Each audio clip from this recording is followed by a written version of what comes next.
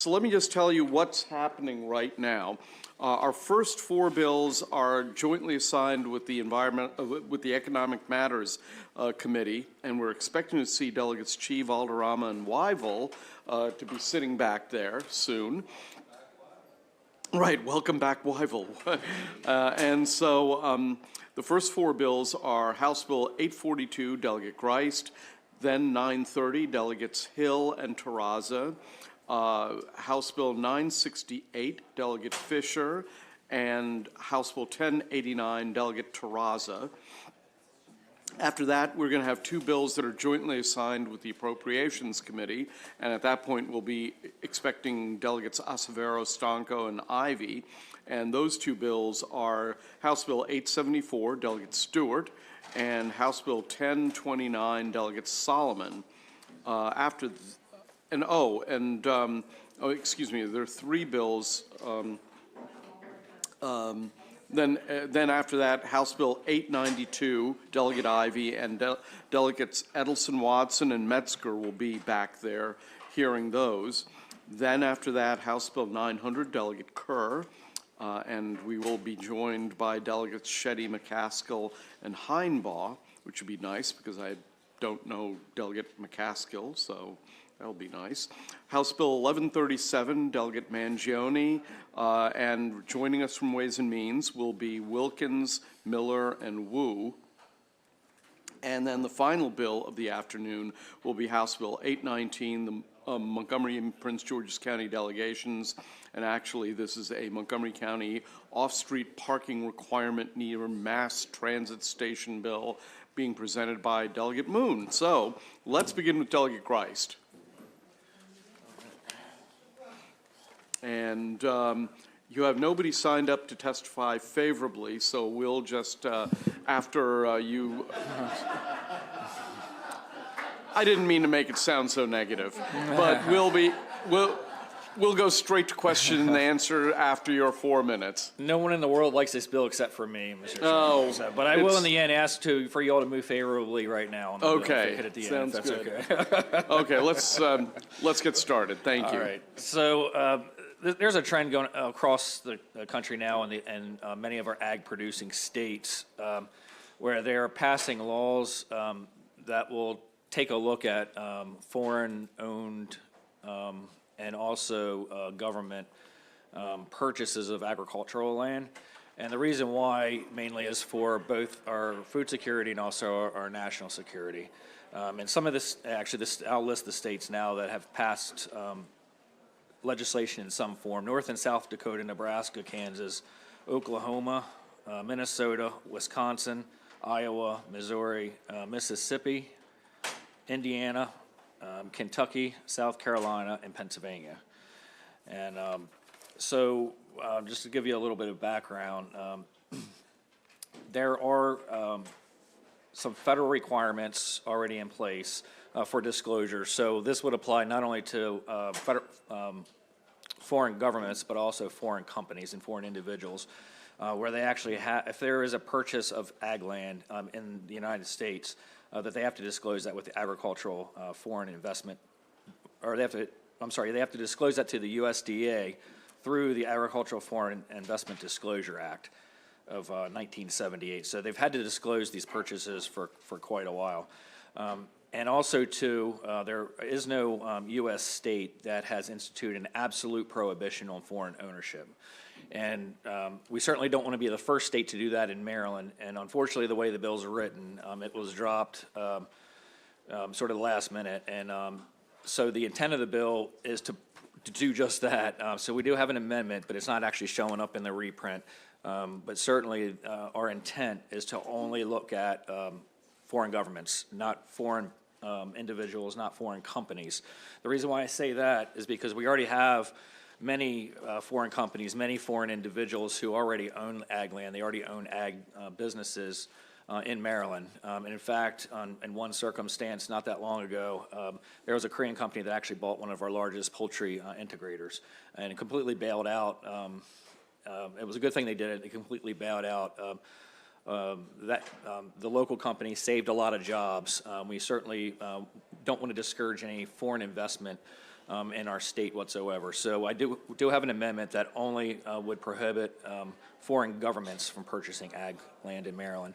And there was also another amendment as well. In the bill, there are certain prohibitions or exemptions from this, and so we added a few based on the ag industry, mainly the Grain Producers Association. And so some of the other exemptions will be agricultural research and development of experimental purposes, including the testing, development, or production of all crop production inputs, including seeds, plants, pesticides, soil amendments, biologicals, and fertilizers, and for the sale or resale of to farmers. And the reason why they wanted to put this in there, because there is some question about whether or not foreign governments do own some of these businesses in Maryland as well. So we don't want to make it so prescriptive that's actually going to hurt commerce in our state as well, and that's the reason why we added these amendments. But the purpose of the bill is just to continue the trend that we're seeing across the country as it pertains to foreign government purchases of ag land, because we're seeing that in other countries, and in some of our countries, some of the foreign countries are also, as many of you all have seen, are very, very aggressive to our country. So we want to make sure that we're not going to be dependent on them for food that's being produced in our country. Okay, we will go straight to questions, and we have one question from Delegate Ciliberti. Thank you, Mr. Chairman.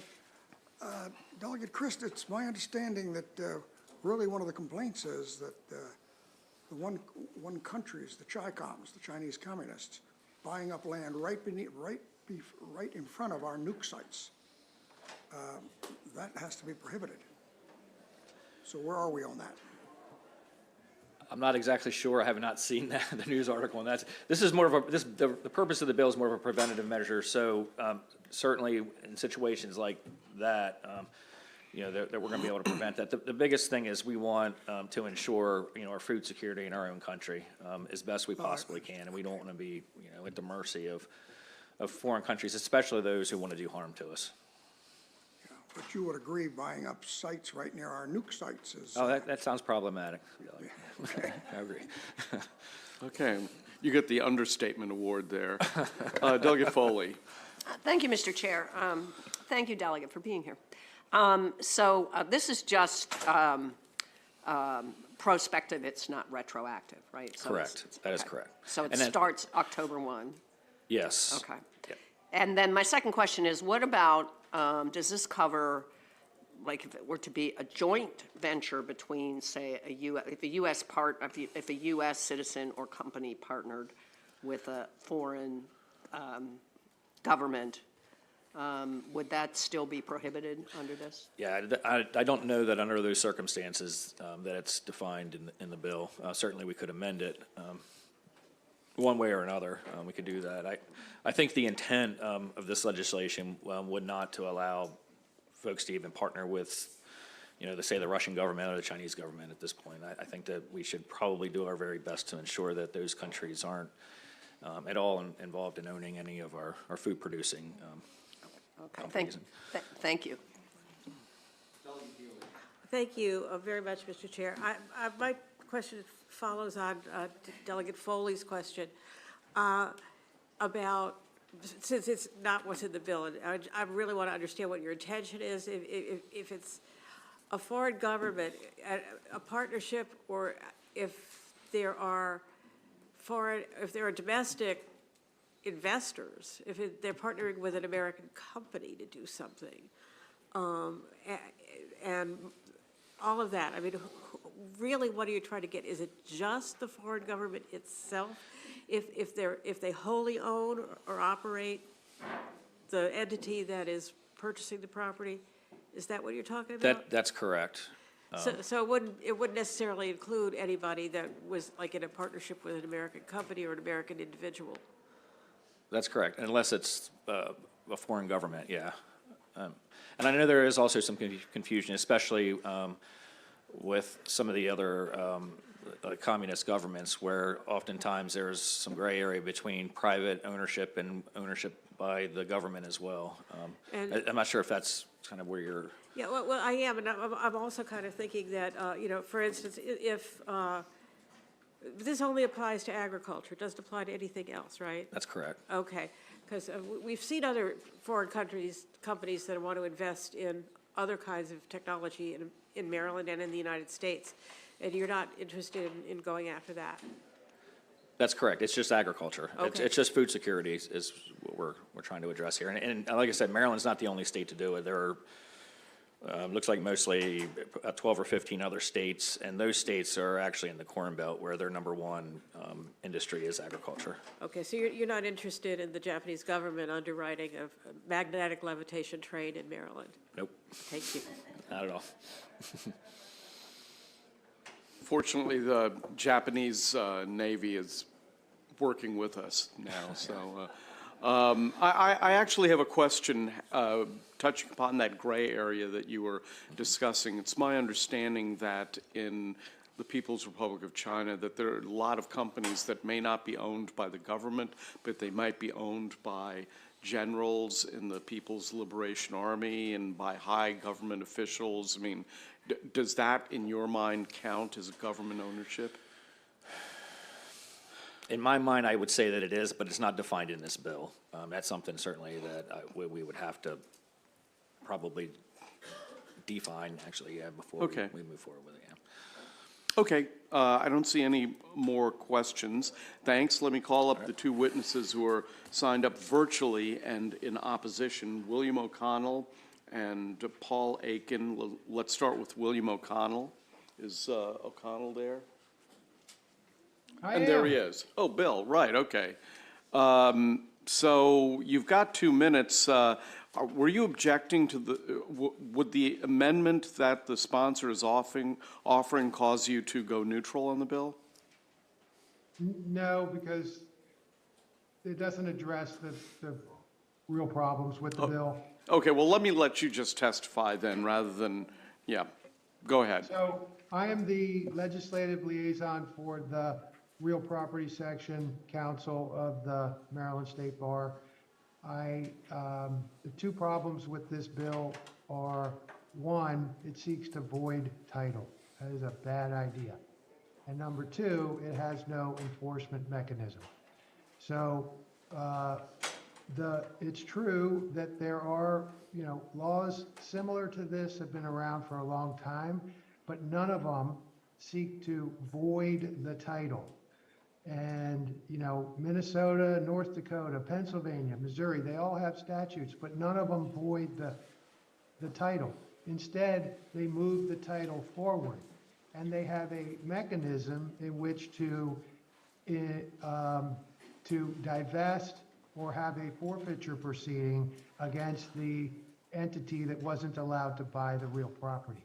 When you void title, you mess up the title, and what you're going to do is call into question every ag land that gets conveyed after October 1, 2023. And that's because nobody knows that there was something wrong with the prior conveyance. In Maryland, anyone can buy real property as long as you're not an enemy of the state. And so when you're examining title, you're not concerned about whether the purchaser is a foreign person or entity. The problem with the bill isn't the way it defines the foreign people or persons. It can be all encompassing, but it needs to not void title. And number two, it needs to have a mechanism in which the title can get unwound and looking forward, not backward. Okay, thank you very much. Let's turn to Paul Aiken with the Maryland Land Title Association. Paul, are you out there? Yes, I'm here. Oh, okay. We hear you. Well, Mr. Chairman, my name is Paul Aiken, and I am the co-chair of the Legislative Affairs Committee of the Maryland Land Title Association. And we echo the testimony of Mr. O'Connell almost to a T, and I don't want to belabor the issue. He so eloquently stated that our objection to the legislation is technical. It's to the terminology of avoidability, that the transaction would be void, and there is no enforcement mechanism. So that is, we agree with Mr. O'Connell on all those points. Okay, let's go to questions and answers. Any questions for these two witnesses? I don't see any, so you must have done a brilliant job of communicating your point of view. So thank you very much. That ends the public hearing on House Bill 842. Let's proceed now to House Bill 930, Delegate Hill and Terraza. You want to go up? No? I mean, it doesn't matter to me. Okay. Okay, that's, Delegate Hill, you're on. Good afternoon, Mr. Chairman, Mr. Vice Chair, and members of the committee. I'm Terry Hill, and I'm presenting House Bill 930, Environment Office of Recycling Mattress Stewardship Program Establishment, which should feel a little bit like deja vu to the chairman, who has been walking with me the past 4 or 5 years as I've wrestled with how do we deal with one of the bulkiest items at our disposal, which is mattresses. So if you think about it, most of us can only imagine mattresses going one of two ways. It either ends up in a landfill or it's on the side of the road, right? And that's a problem. Our landfill capacity is quickly decreasing, and mattresses and box springs are a big part of that. And frankly, as a state that wants to be forward-looking and a leader in environmental sustainability, that doesn't help. It turns out that other than landfilling mattresses or incinerating them, there are actually successful programs that have been in existence for a couple of decades that disaggregate the components of mattresses, the wood, the textiles, the metal, and recycle them, or reuse them, or repurpose them.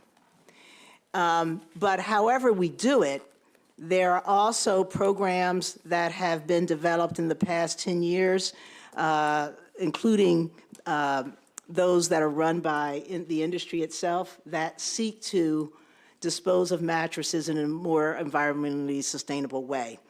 And after several fits and starts, what I'm presenting to you today is a plan for the Maryland Mattress Stewardship Program. That should make you sit up and feel proud. And this is a program that works with the mattress industry and the Mattress Recycling Council, who is actively working in several states, including Rhode Island, Connecticut, and California, to do mattress stewardship. We've designed a program that we think closely models what's going on in those other states, but with some back and forth with the industry itself, and we have some disagreements about that, we've tried to update the program we're asking you all to introduce in Maryland to learn from what those other programs have had to learn and what best practices would be in 2023, as opposed to simply putting in the same program we would have put in 2016 or 2017. So I've given you a lot of information, including the slides of the previous presentations I've given to this committee on why this is so important, and I chose not to bore you with that today, but they're there. You also have the Solid Waste Management and Recycling Report for Maryland from 2017, which on page 43 speaks specifically to the 3 programs I described. There's also discussion of other programs, including programs that make money and hire people, particularly people who are marginally employed, people who are coming out of homelessness, people who are reentering from being in our corrections, and gives them good paying jobs and good skills to help them to become tax-paying contributors to our environment. So this is really a way for us to do environmental justice in a very just way. And I'm hoping that the work that we put into putting this bill together, working with multiple stakeholders, has given this committee a product that you are willing and able to move ahead with. There's some opposition and there's some recommendations for amendments that we're very open to accepting and working with. Okay, we have two people who are signed up virtually in favor of the bill. We'll hear from them, then we'll go to questions and answers. So first, let's begin with Suna Bayrakal. I hope I pronounced your last name correctly. Well, I also hope I pronounced your first name correctly as well. In any case, welcome to the committee. You have 2 minutes. Thank you, Chair, and you pronounced my name perfectly. Very unusual, I appreciate that. My name is Suna Bayrakal. I am Director of Policy and Programs at the Product Stewardship Institute. I am here in support of HB 930. The Product Stewardship Institute is a 21-year-old national nonprofit working on extended producer responsibility policy solutions, stewardship solutions for over 25 consumer products, including mattresses.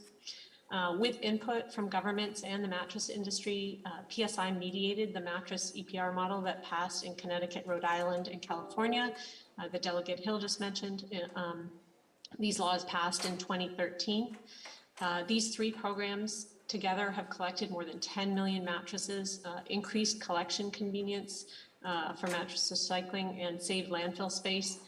Connecticut increased mattress recycling from 9% to 64% in the first year of its program, and we anticipate similar results for Maryland. In the last 5 years, PSI has worked with multiple stakeholders to develop mattress bills in Oregon, Massachusetts, Minnesota, New York, and Maryland. And last year, Oregon's bill passed into law almost 9 years after the original laws. Oregon's laws and these bills, including HB 930, build on lessons learned from these three existing programs. Even so, we still recommend a few additions to HB 930 as outlined in my written testimony. One is, rather than a uniform assessment on all mattresses, have consumers buying mattresses that cost less to recycle pay less than those buying mattresses that cost more to recycle. Also include requirements that are part of Oregon's industry-supported law, providing financial compensation to collection sites for their costs to collect. Thank you for the opportunity to testify, and thanks to Delegate Hill for championing this bill. Thank you very much. Let's turn to Carolyn Parsa with the Sierra Club. Carolyn, are you with us? Oh, okay. And there she is. Carolyn, welcome to the committee. You have 2 minutes. Thank you. Good afternoon, Chair Barbe, Vice Chair Stein, and committee members.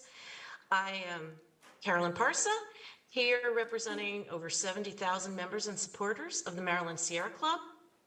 The Sierra Club strongly supports a statewide mattress stewardship program. This bill works towards two goals. The first is reducing materials sent to the landfill, and the second is increasing recycling rates for the state. More than 75% of a mattress can be recycled when it's taken apart. Metal springs are recycled, wood is shredded into animal bedding or mulch, foam is made into carpet padding, and fabrics can be made into insulation or industrial filters. The process is labor intensive, so this bill also creates jobs. But currently, less than 2% of mattresses are being recycled. But with a stewardship program, we could achieve recycling rates of 70% or more, just as other states have done. Rhode Island, California, and Connecticut have successful programs, and next year Oregon's program will start. Stewardship programs are a great way to address hard to recycle items, and in fact, Maryland's 2014 Zero Waste Plan recommends an extended producer responsibility or stewardship program for mattresses. And I really want to thank Delegate Hill, not just for working hard on this bill, but really taking the time to hear many different stakeholders. We met many times and collaborated on the details and content of this bill. And the final result is a well-researched and refined bill that will benefit manufacturers, businesses, consumers, local government, and the environment. Please report favorably on House Bill 930. Thank you. And thank you. So we have a couple of questions here for the sponsor and the witnesses. First question goes to Delegate Jacobs. Thank you, Mr. Chairman. So, Delegate Hill, I've heard this bill a few times. A few times, different versions. Different versions, but have you had any conversations with MES on this issue? With MES? Yeah, Maryland Environmental Service. Yes. And what do they say about it? They don't have an opinion on whether this is something that they can work with. They think it would be helpful, but we can certainly ask for a letter or something for the committee if that would be helpful to you. Because they do a lot of recycling. I mean, in my work, in my district, they have these big green recycling bins for everything you can imagine. We even got an oyster shell recycling bin over in my district.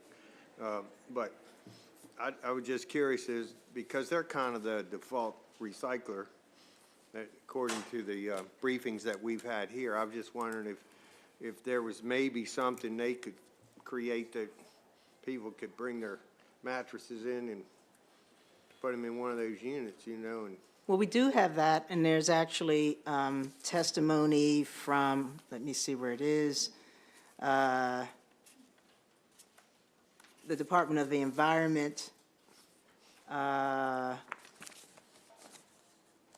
One of the, I'm sorry, someone else speaks to the fact, maybe it's it's the Retailers Association that speaks to the fact that most, if not all, jurisdictions in Maryland already have collections or drop-off options for unusual trash items or hazardous waste. So that is it. One of the things that we try to do in crafting this legislation is to make sure that there are places that are accessible, so for instance, in Baltimore County, which I used to serve, the drop-off point, as you know, Baltimore County circles around the city. It was all the way up the top and off to the one side. So it was not convenient for the vast majority of people in the west part of Baltimore County. And a couple of years ago, they set up a second site for some of this waste disposal. So the other thing that we set up, which is a point of contention with the International Sleep Products Association, is we've tried to ask for them to look for ways to allow for mattresses to actually be picked up. And that's done in some of the programs of St. Vincent de Paul program. And it's not that it should be mandatory, but we do believe that there are folks who are willing to enter this field who would be able and willing to cover the costs for certain people to be able to go and pick that up. For some local jurisdictions, just curbside would be enough. But we want to make sure that everyone who has a mattress to dispose of has a way of doing it, and that they don't necessarily have to hire a hauler to take it to the recycling bulk product dump. all right, thank you. Thank you, Mr. Chair. Thank you, Delegate Hill, for bringing this bill. Again, I guess, although I don't know that I've ever seen this bill before, but I haven't been here that long. yeah. But anyway, so thank you for bringing it. My question is, so this seems to only apply to purchasers and producers. What about if I give my mattress to my daughter or my son-in-law? Would that mattress still be covered by this program? Yes, so the program's going to cover all mattress disposal, but there's no fee for that private, passing on. I think that's correct. And if I can just, I'm going to defer. Suna, if you can speak to that. I know that we talked a little bit about the fact that in the hotel industry, mattresses are often passed down 2 or 3 times, and when there's a sale, there's a fee. But if you're taking an apartment and you're leaving your mattress for the next person, there's not. Suna, would you correct me if I'm? Sure. Yes, you are correct. If you have a private transfer, it's only, the fee is applied in these programs only when there's the sale of the mattress. Okay, and a quick follow-up. If it's a sale, so for example, I buy a home and the seller of the home has furniture that I buy from the seller, which happens, and there's a bed with a mattress. Does that transaction fall under this? I don't believe so. Okay. I think it has to be a specific sale Of a mattress? of a mattress. I got it. Okay, thank you. And I, Delegate Stein. Thank you, Mr. Chairman. Delegate, it may very well be in your bill, but could you confirm that the producers would designate a stewardship organization to administer the program statewide, designate collection sites, handle the money, et cetera. Is that the intent of the bill? That is the intent of the bill. Okay, thank you. I have a question. Have you, you've been working on this for a great length of time. Have you ever considered approaching the Howard County government and having us set up a pilot program in Howard County so that we could see what the operation and the cost numbers are like? Well, I think we have not, we did work with Baltimore County. When they did a assessment of their entire environmental goals, I guess, 2 years ago, and so we presented for them, and they came out with a new environmental plan where they mentioned the importance of dealing with this, but did not have a specific way of addressing it at this time. For the industry to be involved, they do statewide programs, and what we're really looking at is a statewide program, and if we want International Sleep Products Association with the mattress. Well, the reason I say this is that, maybe if you approached Montgomery County, a very large, progressive county, a lot of people in there, bigger than 5 or 6 states in and of itself, this is a very labor-intensive operation, and I think before we move statewide with this, I think that I would feel a greater level of comfort having it up and running someplace so that we could examine it.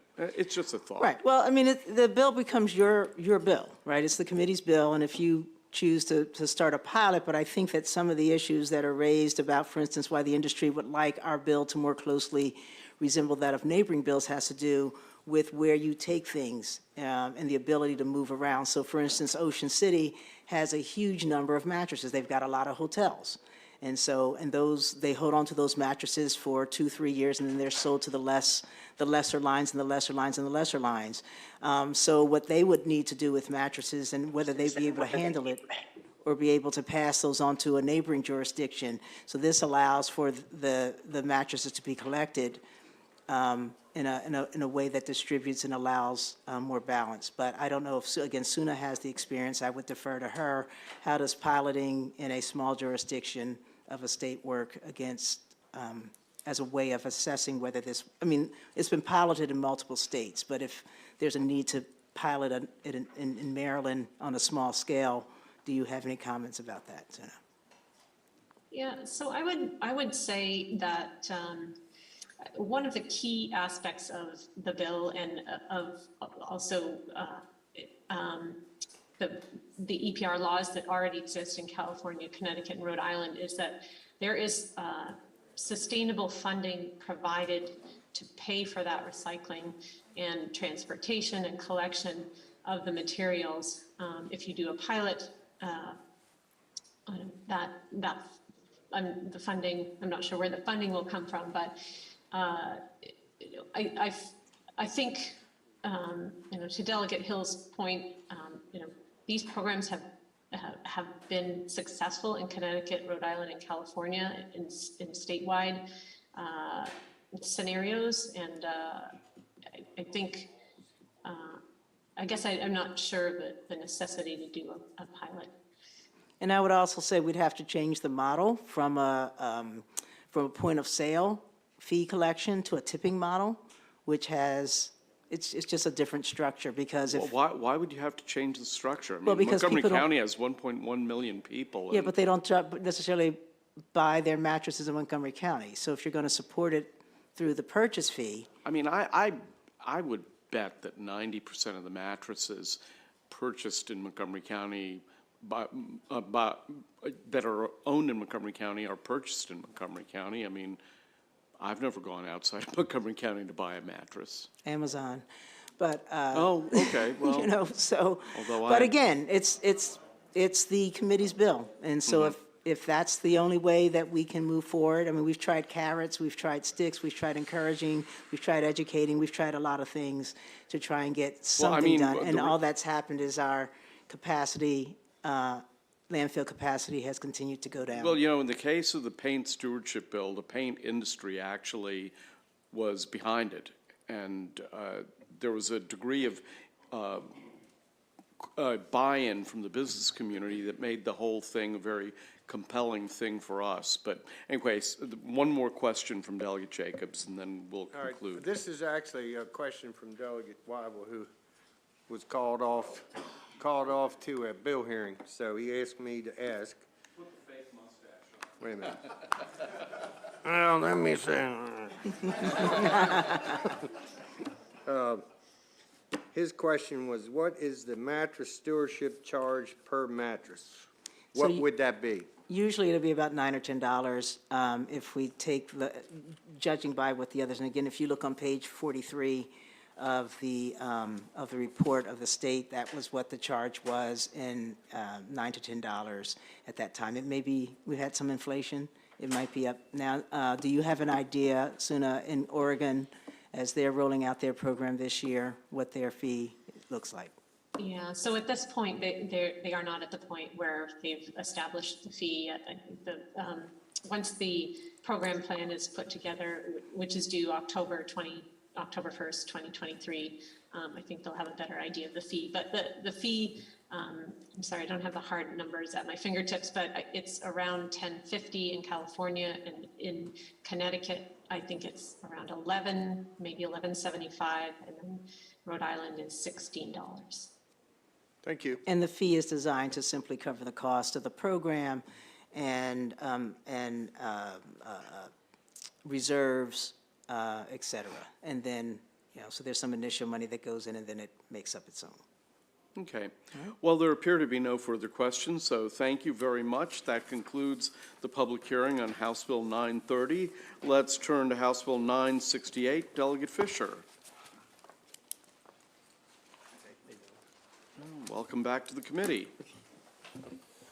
First time this term. Yeah. Mr. Chairman, esteemed members of the House Environment and Transportation Committee. For the record, my name is Delegate Mark Fisher on behalf of House Bill 968. The bill is titled Agricultural Land and Programs, People's Republic of China Prohibition on Purchase and Participation.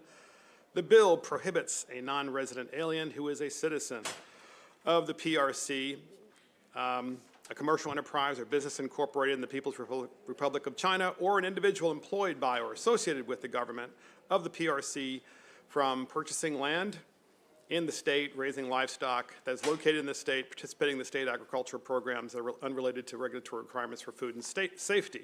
Just want to say for the record, in this committee, this is not a bill aimed at the citizens of the PRC. They are the victims. This is a bill that's aimed at the leadership of the PRC and the members of the Communist Party. I think it's pretty obvious that there's a gathering storm, as Winston Churchill called it.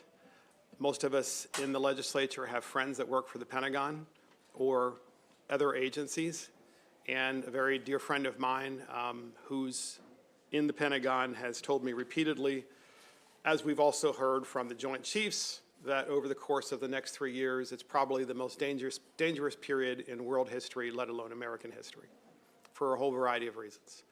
I want to also say for the record, I am actually not against, interestingly enough, folks from other countries buying houses and buying land at all. Never have been. That's why I narrowed this bill down to just very narrow, very, very narrow bill.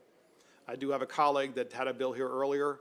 I understand that, I respect him. I don't support that bill, my name wasn't on it for obvious reasons, because I don't oppose folks owning land and owning homes and investing in the United States. I think that's a good thing for all of us.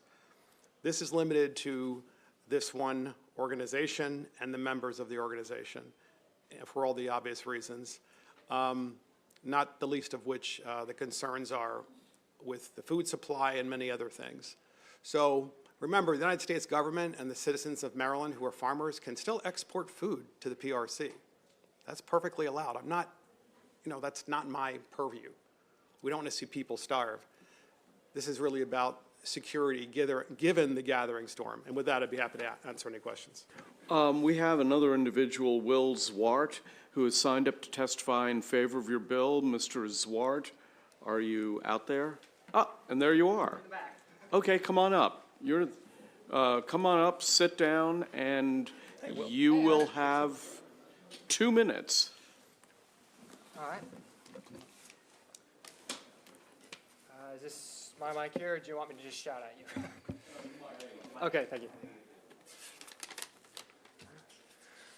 Okay, let me know when you're ready. Whenever you are. All right, well, good afternoon, Mr. Chair, members of the committee. Back in 1830, the U.S. Congress, under pressure from gold miners and interest groups, passed the Indian Removal Act, forcing an estimated 100,000 indigenous tribes to abandon lands that they owned by right and treaty and relocate west. Some 15,000 died on the way in what became known as the Trail of Tears. The reason that the federal government was able to force so many people off their own property was because they were allowed to buy it. And something tells me they didn't give a fair price either. No government, foreign or domestic, should be allowed to take land from its people, much less sell it to someone else. Today, Chinese-owned farmland is greater than a city 7 times the size of Baltimore in the U.S. This is alarming, considering that they tried to buy more near a military base in North Dakota. What's to stop them from getting a small chunk of Maryland and putting a laboratory on it? We could become ground zero for another COVID outbreak. At the same time of the Trail of Tears, Southern slaves were not even allowed to own land. And it was only after they had property of their own post-Civil War that they began to flourish. Owning property is a fundamental human right, but owning it in someone else's country is not. Imagine if Russia wanted to purchase land in Ukraine. And who is Russia partnering with right now? China, the same nation that utilizes child slave labor to support its economy. The Emancipation Proclamation kicked slave owners out of this country. We should not bring them back. The more land China or any other country in America owns is less land for you to govern. If you support Maryland remaining in the hands of the Maryland legislature and not foreign interest groups and Soviet-like regimes, then you support this bill. I therefore urge you to vote in favor of it and bring it to the floor. Thank you. Thank you. The first question goes to Delegate Ziegler. Thank you, Mr. Chairman. So I first want to say that I do appreciate your concern. I must say, even though Germany is an ally, I was not thrilled when Bayer bought Monsanto and therefore owns essentially the world's best seed technology, and essentially all of our seed technology, or at least it was. But this bill really does concern me in many ways. I worry a lot about anti-Asian hate. We've seen a real uptick. And I worry that bills like this run the risk of demonizing people really unfairly. The other thing I wanted to point out is that during President Trump's term, he got into a big fight with China, at least a public fight with China. And China buys 1 out of every 3 soybeans we produce here in the United States. And China decided, because they were fighting with us, not to buy them. The price dropped to $8 a bushel, which is considerably less than it costs to produce a bushel of soybeans. And farmers really suffered as a result. So I understand our relationship with China is difficult, but they're also a critical trade partner. So do you share my concerns, or? Yeah, so to be fair, I think I addressed that. And I think you should know for the record that while I am Roman Catholic, I am married to a Jew whose mother hid in a cemetery in Switzerland during all of World War II, so I'm very sensitive to these things. Wow. And I think it's also important to note that the bill is specific to the PRC. It's not specific to, of course, individuals who are in the United States legally and who are Chinese citizens. I think this is important. I hear what you're saying, but that's why the bill is so narrowly tailored for that reason. I can't underscore this enough, folks. There is a gathering storm. We can put our heads in the sand. We can be political and say, gee, what if this happened or that happened with respect to folks misinterpreting something, even though the bill is very clearly written and very, very, very narrowly tailored. But the fact of the matter is that this is a these are serious times. These are serious times. You know they're serious times when you have a friend in the Pentagon who's spending a lot of time in Guam and Taiwan pointing missiles. So for all those reasons, I'd be happy to talk with you offline as well. But believe me, I take these things very seriously too. Thank you. Thank you, Mr. Chair. Delegate, thanks for the bill. Like Delegate Ziegler said, I share your concerns, and being a U.S. military veteran myself, I am no Chinese apologist. My concern is that perhaps the bill is not narrowly tailored enough in some of its language. When it speaks of a person associated with the government of the People's Republic of China, that seems very broad to me. Could you better define what associated means, or because again, as I understand it, most of the business entities in China are at least owned or heavily influenced by the government. In this case, would this apply to, say, a businessman who has a bank account in Beijing, for example? So I think the bill says a non-resident alien who is a citizen of the PRC, a commercial enterprise or business incorporated in the PRC, or an individual employed by or associated with the government, which is what your point is, of the PRC. I mean, that language is in there, and I mean it. I mean, I actually, I'm one of those persons that asked the bill drafter to put that in there in that way, because the idea is to not have an out. I understand foreign investment is really important in the United States, and it's really important for the United States citizens to be able to invest overseas. And I can't thank you enough for serving in the country, believe me, when I say that, because now more than ever, we need people like you. It's that serious of a time. And I'm just hoping that the committee, if it's the committee's will to further, and your will, sir, to further tailor this so that's more direct and more limited, then so be it. I just mean, because again, the idea of an individual employed by or associated with the government, would that apply to a U.S. citizen who had a Chinese bank account? I think the simple answer is yes. I mean, I did. So President Trump could not buy any land in Maryland? I suppose not. I mean, I suppose not. Yeah. I figured that was worth asking. I appreciate it. Thank you. And to be fair, maybe that should be tailored. The language would be, I mean, it's somewhat of a gotcha question, obviously. And we can play the gotcha questions, or we can all be serious about the legislation and try to do something that is meaningful. But good for you. I'm sure there are plenty of Democrats who fall into that category as well. I don't consider it a gotcha question, personally. Next question goes to Delegate Stewart. Thank you, Mr. Chair. I do not have a gotcha question. Thank you, Delegate Stewart. We're good friends, for those who don't know. We are. Are you familiar with the California Supreme Court case, Fuji versus California? I'm not. Okay. So it overturned California's law called the Alien Land Act, which basically was this exact bill, but for Japanese citizens in the aftermath of Pearl Harbor. Yep. So my only question is, have you gotten an AG's opinion for this bill? I have not. Be happy to do so. Okay. I'm sure it'll be pretty easy. And for the record, this is important.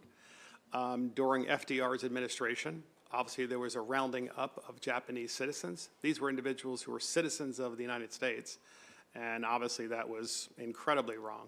Right. And that is not what this bill does. This bill is simply saying that we want individuals who are connected to the PRC and obviously connected to the government itself, more importantly, to divest and or to be not allowed to purchase farmland. Yeah, I don't mean to compare it to an internment, but that bill, though, did bar Japanese citizens from owning land in California, and it was struck down based on the 14th Amendment. So, how many years after the war was that?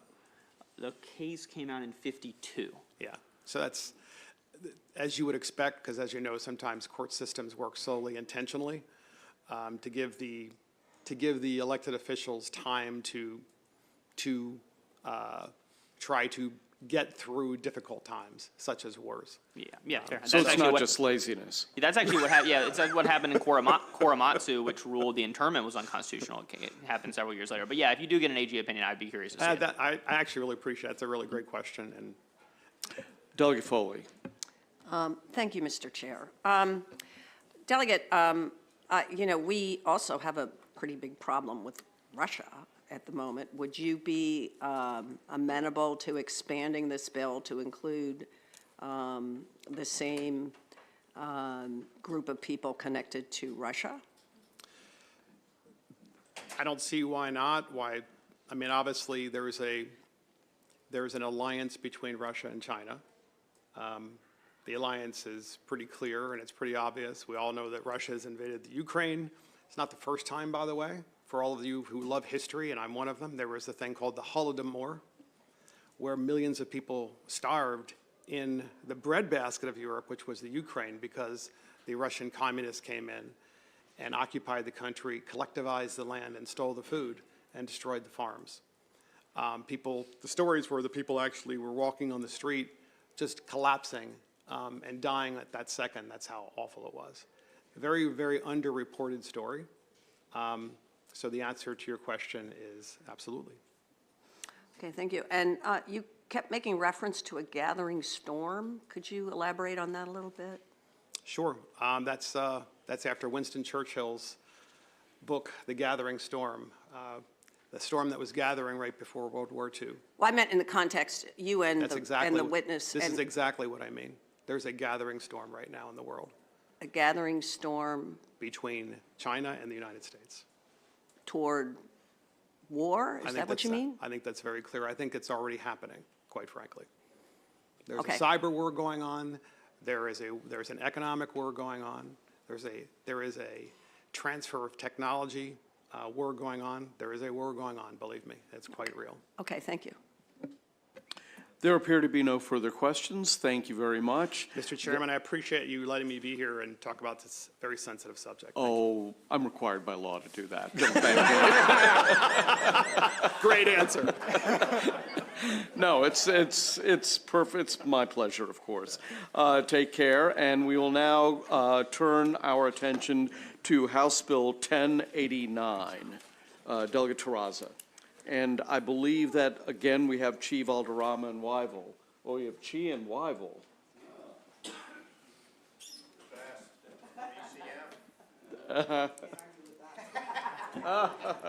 Oh, so modest you are. I'll sit on that side of you if that's okay. Wherever you want. You sit by.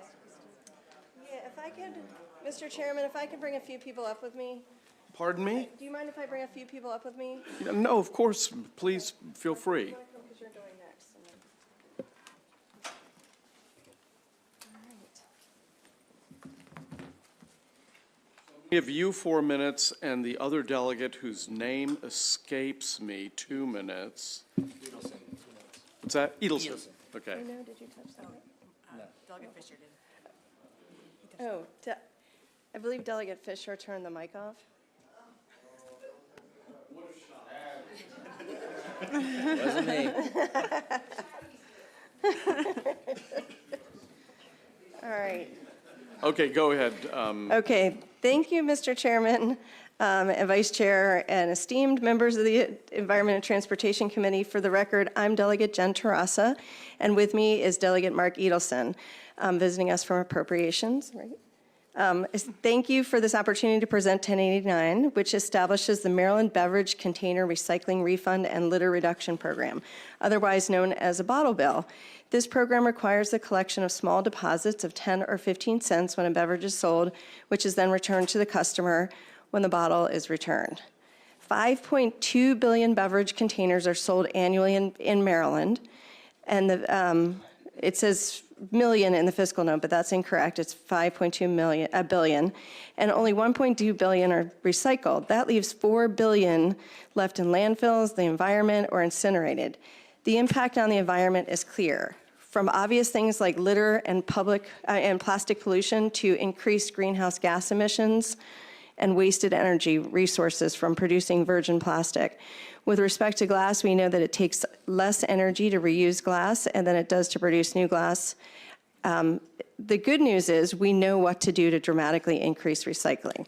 Recycling refunds or bottle bills work. 10 other states have deposits on beverage containers.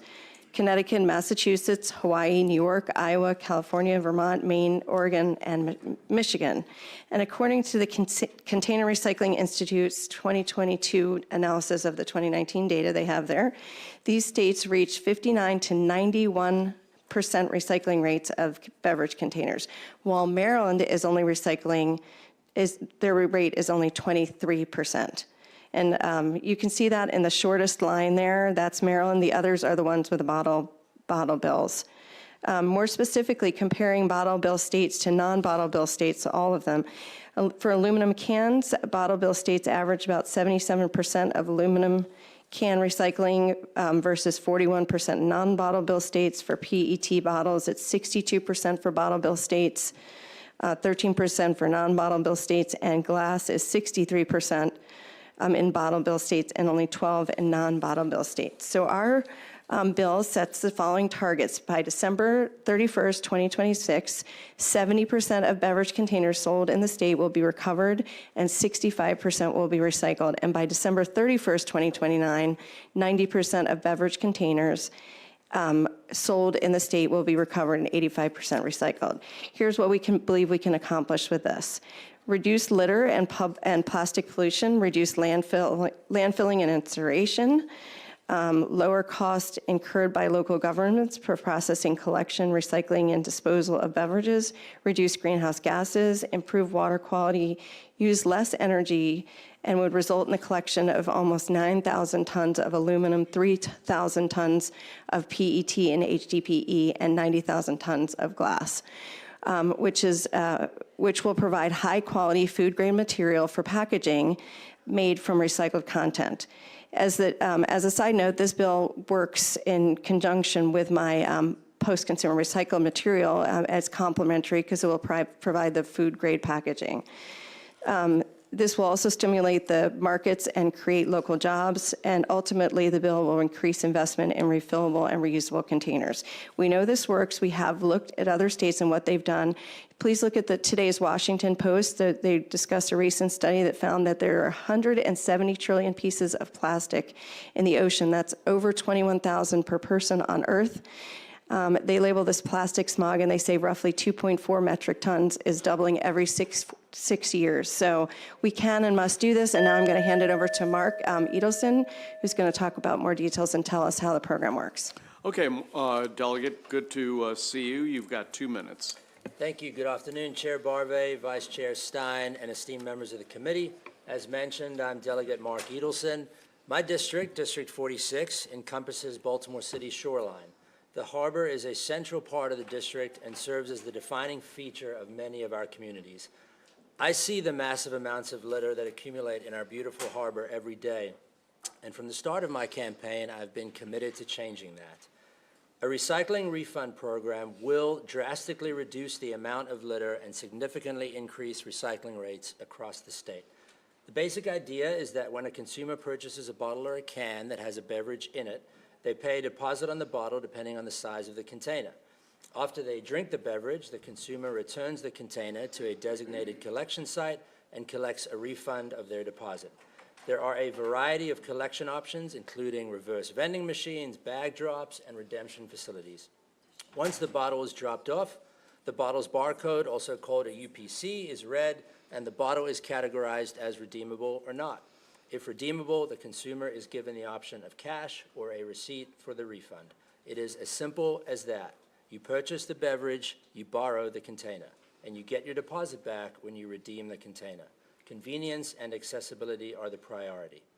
Under the program, the beverage container producers are required to set up and pay for a nonprofit stewardship organization that is approved of, overseen, and enforced by the Maryland Department of the Environment. A program like this reduces litter, increases recycling rates, and has a positive economic impact on low-income communities and will once again make Maryland a leader in our nation. I know this idea has been introduced before, and I know that passing this legislation is a big shift, but this bill is different. Our coalition is different, and our planet does not operate on the legislative calendar. Our time is running out. literally. With that, I urge a favorable report on HB 1029, and we'll turn it over to Martha Ainsworth from the Sierra Club for more information on the bill. Thank you, Mr. Chair. Okay, Martha, welcome back to the committee. Thank you. Good afternoon, Chair Barve, Vice Chair Stein, and members of the committee. I'm Martha Ainsworth, Chair of the Maryland Sierra Club Zero Waste Team, speaking in strong support of HB 1089 on behalf of the chapter's 70,000 members and supporters. The recycling refund program established by this bill would increase Maryland's beverage container recycling rate nearly fourfold to 90%, removing more than 3 billion containers annually from landfills and incinerators. And it would reduce beverage container litter by more than 2/3. There's no other program in existence that can achieve this impact because you can't recycle what you can't collect. When there's a value attached to an empty container, you get it back. In addition to these environmental benefits, the program will save money for taxpayers and local governments. It will reduce the cost of transporting, landfilling, and incinerating the 3/4 of beverage containers that are wasted and missed by existing programs. It'll reduce the collection and processing costs for curbside collection because there'll be fewer containers to process.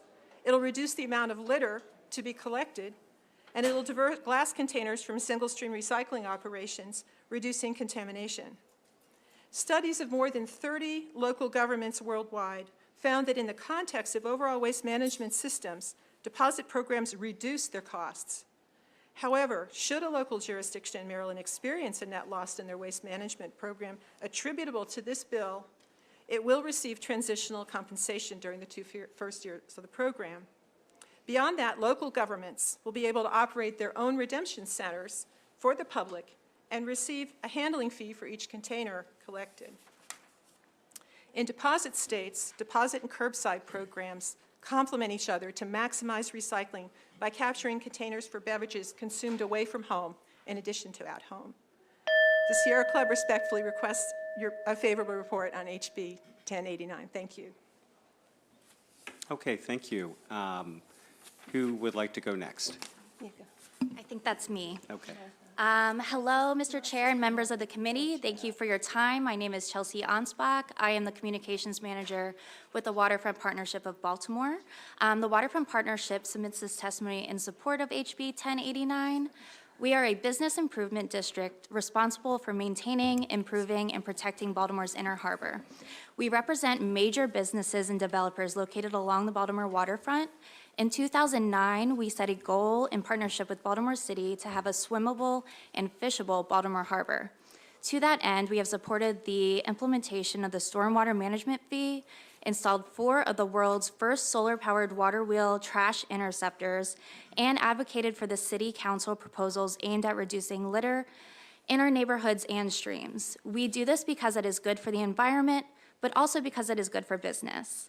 The Inner Harbor sits at the end of the Jones Falls, a stream that drains 64 square miles of land in Baltimore City and Baltimore County. When it rains, a tremendous amount of litter comes down the Jones Falls and covers the harbor.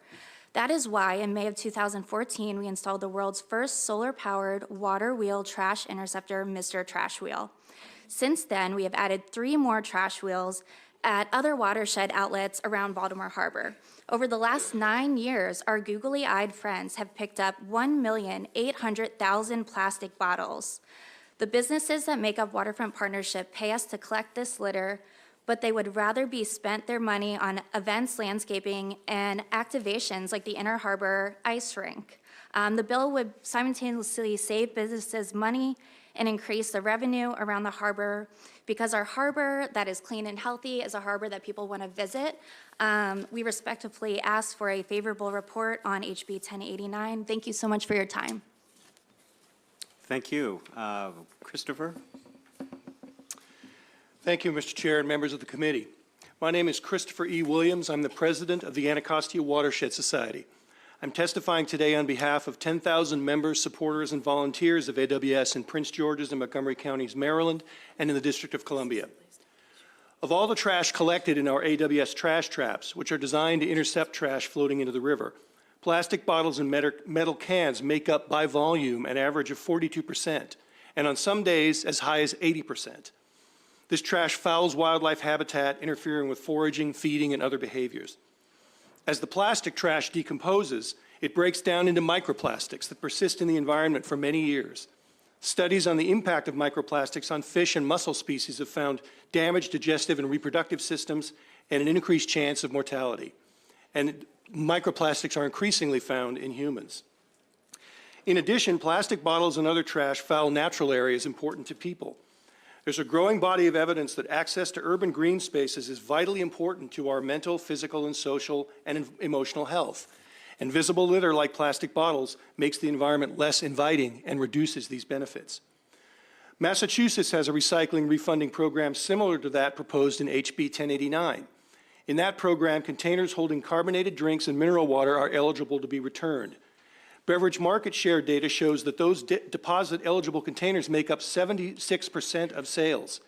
Yet data collected from river cleanups in 2004 and 2007 revealed that deposit-eligible containers made up only 19% of the containers collected. This evidence strongly suggests that the incentive provided by recycling refund programs in Massachusetts routed the bulk of eligible beverage containers to reuse and recycling, while containers with no such incentive littered the riverbank. Recycling refund programs work for people and for nature, and that's why the Anacostia Watershed Society supports HB 1089. Thank you very much. Thank you. Is Serena Monsian here?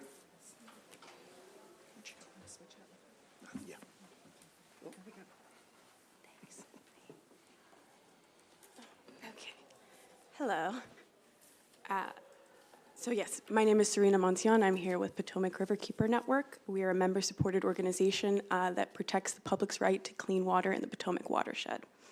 We're here testifying in support of HB 1089, which establishes a recycling refund for beverage containers. We're here primarily today because beverage containers are one of the top items that we find polluted at our river cleanup events. In the past 2 years alone, in fact, volunteers have pulled nearly 30,000 single-use plastic bottles from the Potomac River. And it's our opinion that 100% of those bottles should have been recycled and shouldn't have been litter in the first place. This widespread litter is evidence that our current recycling systems aren't working. In fact, $5.1 billion worth of beverage containers are landfilled, incinerated, or littered every year in the U.S., and we just learned that that number matches up perfectly with how many bottles we sell here in Maryland. In states that have deposit return systems for bottles, the recycling stream is cleaner, and separated materials can be sold at a premium. This already works in many other states. Why not here in Maryland? Most of us can recognize that we're living with more plastic than we could ever need or want. Global production has gone from 15 million tons in 1964 to 311 million tons of plastic in 2014. Microplastics are a cause for concern for human health and have been discovered all over the human body in our blood, our lungs, placenta, and breast milk. Scientists estimate that the average human ingests a credit card's worth of microplastic every week from our air, our water, our food. And we already know that microplastics are having an impact on the Potomac River and the Chesapeake Bay. With that, I will also urge a favorable report for House Bill 1089. Thank you. Thank you very much. Why don't we go to the virtual proponents and then we'll take questions. First, Trey Sherrard. Thank you, Chair Barbay. Thank you, the rest of the committee. My name is Trey Sherrod. I'm the river keeper for Anacostia Riverkeeper. And while the Anacostia River gets a lot of credit for being in DC, most of the watershed is actually in Maryland. Half of our watershed is in Prince George's County. A third of our watershed is in Montgomery County. The trash in this watershed is so bad that we have the dubious distinction of being one of only 3 watersheds in the entire United States to have a trash diet imposed by the EPA on the state and local jurisdictions. There's a TNBL just for trash here because that problem is so severe. Of the trash that we find on the river itself, we find this in trash traps, we find this in volunteer cleanups on stream banks and floating down the river. 60% by weight of all of that trash is strictly plastic bottles. We're not even talking about cans and glass bottles. strictly plastic bottles, and you can imagine how little an empty plastic bottle weighs. So over half of the trash coming down out of Maryland into the river, into the Chesapeake Bay, and then potentially out into the oceans or back up onto the shores of parks and public recreation areas, fouling the wildlife, creating microplastics as they continue to degrade, and moving back into the food chain and back into us, causing all kinds of untold health harms, right? All of that plastic, half of that is just the bottles. So if we can get that one type of source under control, a law would not even have to be 100% effective at keeping bottles out to literally cut the trash on the river in half with a single policy. It seems like an incredible opportunity for the environment and politically, and it's one that we hope y'all can take. We have a very strong, favorable recommendation for this bill. We thank you for your time. Thank you very much. Next, let's go to Peter Blair. Hello, good afternoon. Thank you for the opportunity to provide testimony in support of HB 1089. My name is Peter Blair. I am the State Policy Director for Just Zero. As you've heard from the sponsors and those who've testified before me, bottle bills or recycling refund programs have significant and widespread environmental benefits. But more importantly, all the benefits that have been discussed come without any cost to the state or its residents. Bottle bills are one of the oldest forms of producer responsibility laws, which means the beverage companies are responsible for paying to collect and manage their single-use containers.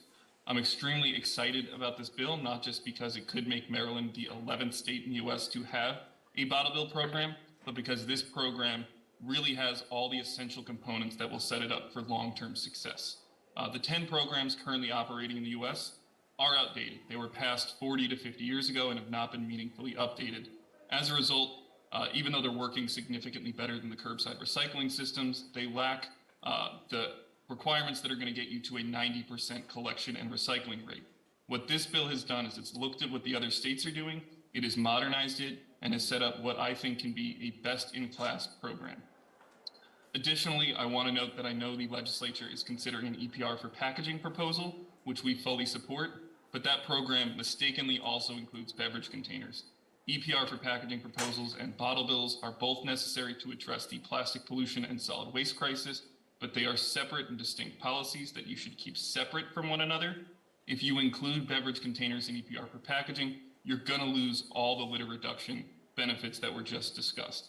When you don't have that refundable deposit on each container, you're losing the ability to incentivize consumers to bring back their containers for recycling. And beverage containers, unlike other types of packaging, are consumed outside of the home and on the go. There's a reason you don't see peanut butter jars and cereal boxes on the side of the road. You see beverage containers. So we strongly support this bill. We urge you to make Maryland become the 11th state to have a bottle bill. Thank you. Thank you very much. Let's turn to Gregory Sawtell. Sawtell? Did I get your name right? Is he there? He's not there. Well then, okay. So I think that's everybody who testified purely favorably, so we will go to questions. Delegate Naraki. Thank you, Mr. Chair. Delegates and panel, so this could kind of go to anyone, but Delegate Love, her bill from a few weeks ago has kind of made me realize about like labeling on different packaging and things like that. I had no idea the problem of certain things having the sort of recycling symbol on it, not actually being able to be recycled. So I'm wondering how we address that here. If people are thinking that they're bringing something in that could potentially be something that's recyclable and it's not, will folks kind of have the proper training to know like what plastics they can and they can't, and you know, that sort of thing here? Because I didn't realize the scale of that problem, but it's a pretty big problem. Martha, would you prefer to, or do you want somebody else to? I can answer. Okay. So the labeling problem is very serious, and I think that it would be terrific if you all passed that bill. We've been hoping it would pass for quite some time now. With respect to the deposit program, however, you've probably seen on an aluminum can, you see all the names of the states and it says 5 cents or 10 cents. People will know that a deposit's on it and can return it. So there won't, if you're asking whether there'll be ambiguity in this program as to whether the beverage container I'm using is returnable, the person will have paid a deposit on it, and it will be sent in. So that labeling part is not a problem. Great, But there are okay. tremendous problems about labeling recycling. I have so many Sure. things at home. Yeah, no, It's not I this program. had no idea of the scale of that Yeah, issue, and it kind It of is enormous. started to jog my thought process here that, some people might be thinking that they're doing a good thing, and I think many people do, and they don't realize that it's just not a recyclable product for whatever reason. So thank you for that. Yeah. Delegate Stein. Thank you, Mr. Chairman. Thank you for this legislation, delegates. Question for either of you or for Martha, who referenced the issue of reimbursing jurisdictions for the loss of revenue, specifically, I guess, from aluminum cans. I don't know if you've seen the testimony of the Maryland Recycling Network, in which they say that's great that there is a formula for relief on that, but then it also says that the bill takes away compensation through alleged savings. I was wondering if you could address that. Yes, I can. Here we go. So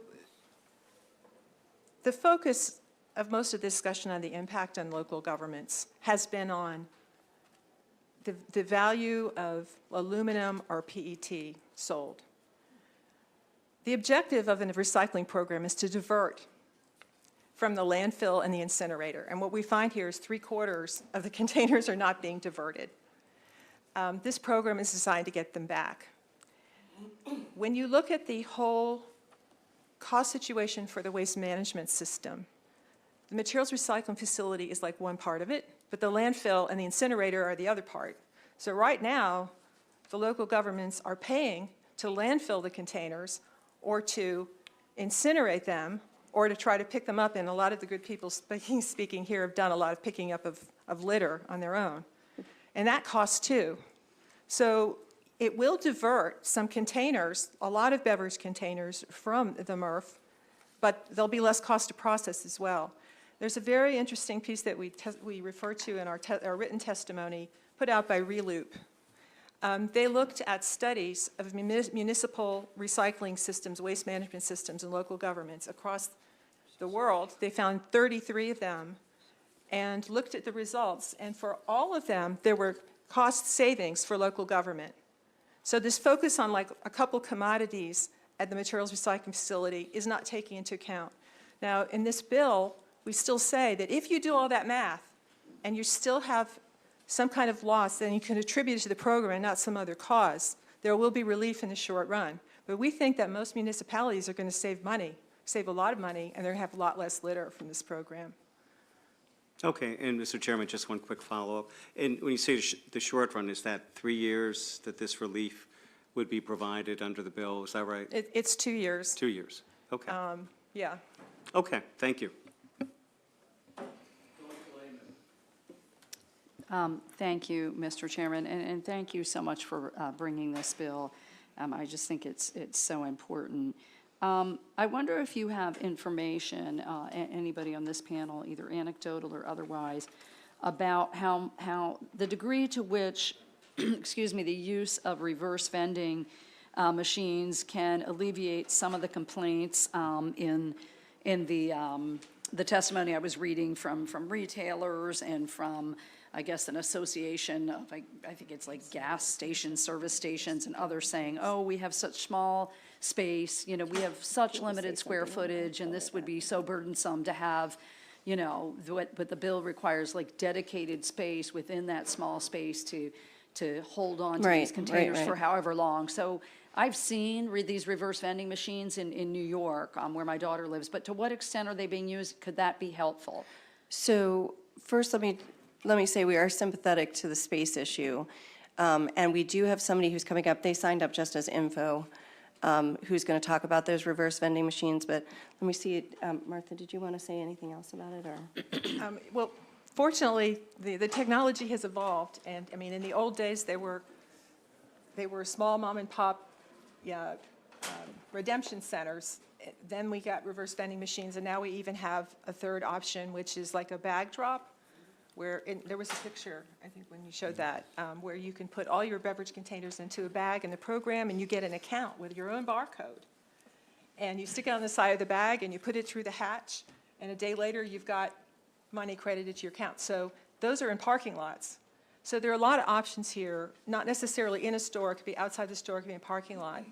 And what the program does, it sets a convenience, MDE sets the convenience standard for accessibility. People have to be able to get their refunds. And the important thing is to have the enough redemption facilities of some type where they can get it conveniently. So we're not wedded to every single store having something. Right, so they wouldn't have to be in every store. Okay, and a follow-up question to that, Mr. Chairman. Who pays for that kind of technology, whether it's a reverse vending machine or some of this newer, technology, the bag drops? Who funds that? I think that I'm just wondering if we could bring Peter Blair back up, because he actually knows a lot more about the different. Okay, he's in the pro. I was just curious. Yeah, okay, Peter, can you answer that question? Yes, so it depends based on each state. States do it differently. One way that's, retailers have paid for reverse vending machines is through the handling fees themselves. So they're paid on a per container basis. That's how they're compensated for the process of kind of dealing with all the returns that they get. So some retailers kind of segment that money and save up to fund a reverse vending machine. And there will be a cost there at the beginning, but it will save them money in the long term, because they're still going to get that handling fee now, but they're not going to be paying individuals to do that hand sorting. Okay, thank you. So that's one way. And then the producer responsibility organizations, they're the ones, the beverage companies, they pay that handling fee. So it's not like the stores are paying this themselves. Thank you. Thank you, Mr. Chairman.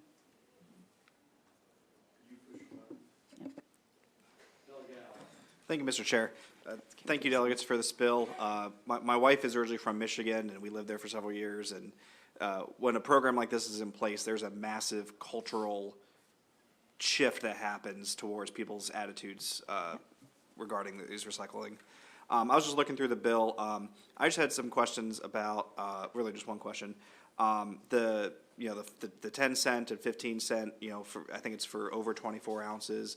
Have there been any studies done about, like, I don't know, it just seems like it's been 10 cents in Michigan and New York for forever.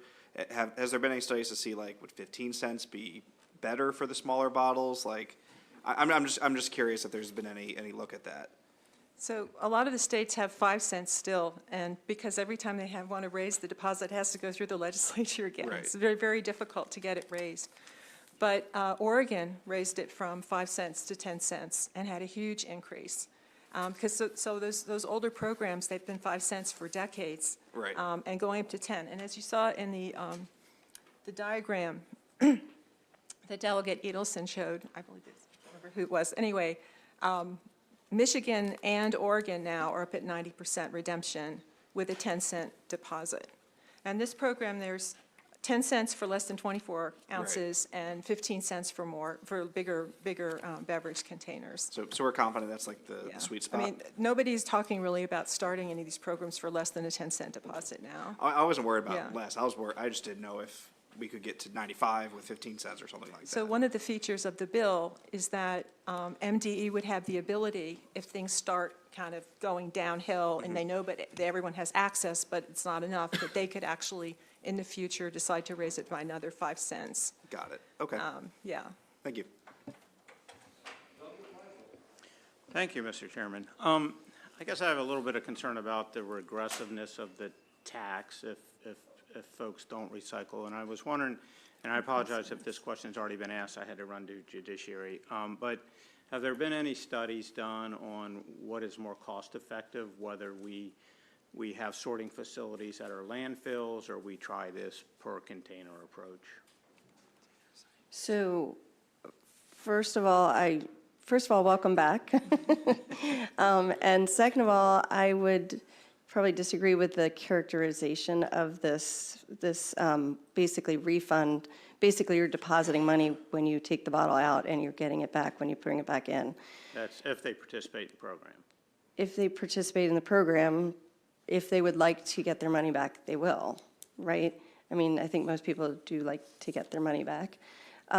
But yet, so in terms of where these are located, are you talking about, I mean, either way, it'd be part of a bottle deposit program. No, I'm asking more about an approach in its entirety at our landfills. So if we had sorting facilities at our landfills that sorted the trash, versus putting this per container approach on citizens. So I don't know have if there any- been any studies on the cost effectiveness of one method versus the other? Okay, well, I'll say this. We have sorting facilities in Howard County, and we still have quite low recycling rates on bottles. So I don't know if somebody else No, knows more. I'm talking about a sorting facility at the landfill where the. But how would you refuse get the is people, I guess the question is, how would you get the people to bring Well, the they bottles? don't have to. It's all dumped in one container, and then it's sorted at the landfill. They use all different technology, magnets and Right, but isn't wind that, and. are you describing something different than what we have now? I mean, it sounds to me like I don't that's know what you have now. Our landfill in Washington County does not have a sorting facility. Okay.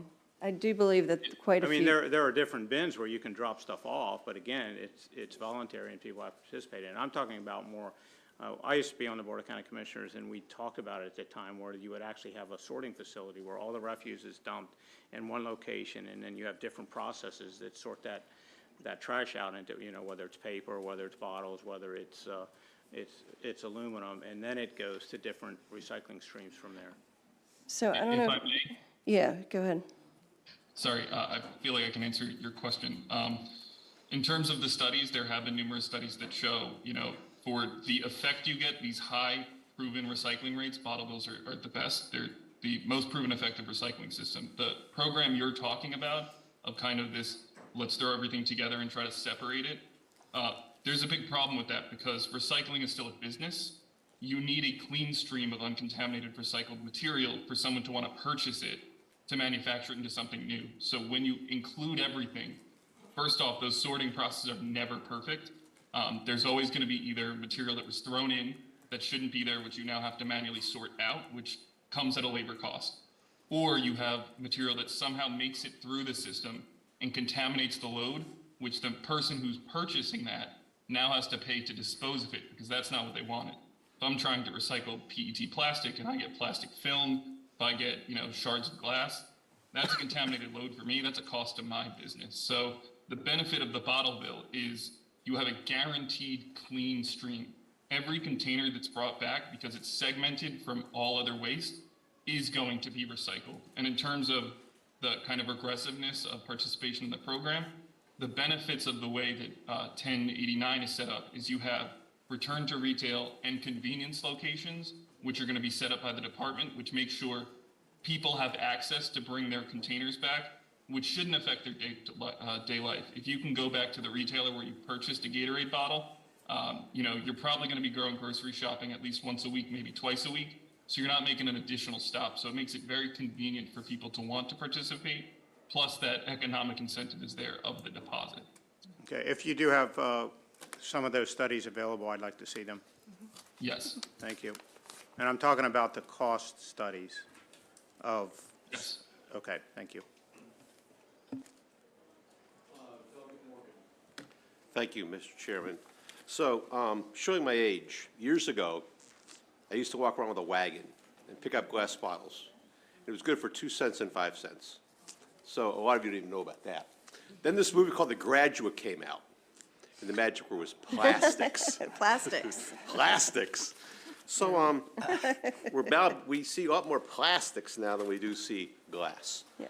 So I was reading the commentary from the Restaurant Association, and they buy wholesale and then they sell retail, and I think of Wawa's and Sheetz and Royal Farms and all those places that and I'm from New York, so then I know that you go to the Wegmans and you stick the stuff in the machine, you get a little shit, and you walk inside and get your 50 cents back. So how do you propose on the collection side, the redemption side, that hotels and restaurants that buy at wholesale and sell at retail are afforded, their monies?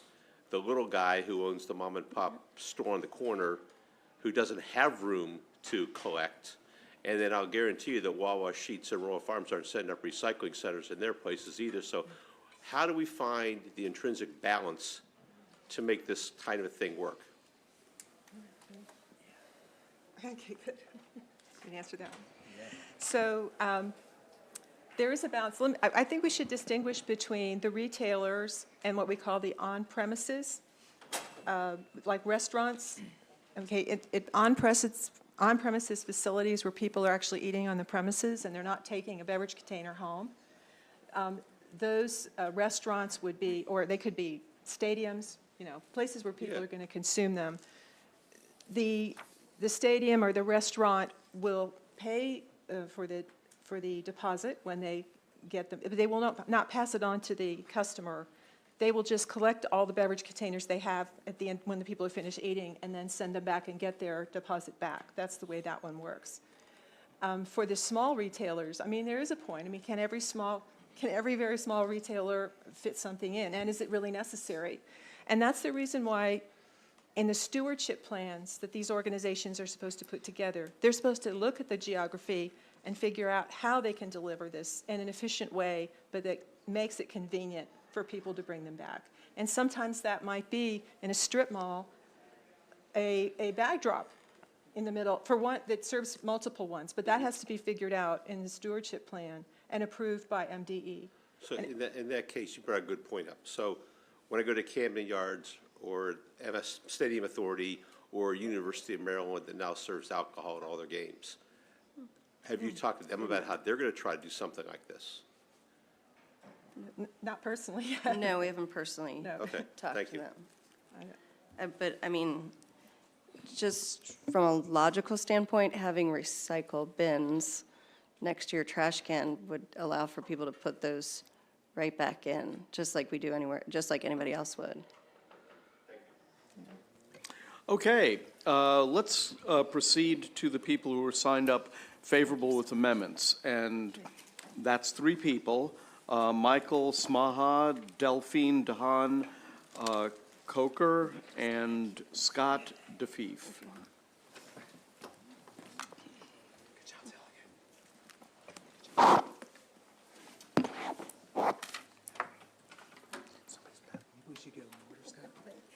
Yeah, that's fine. Okay.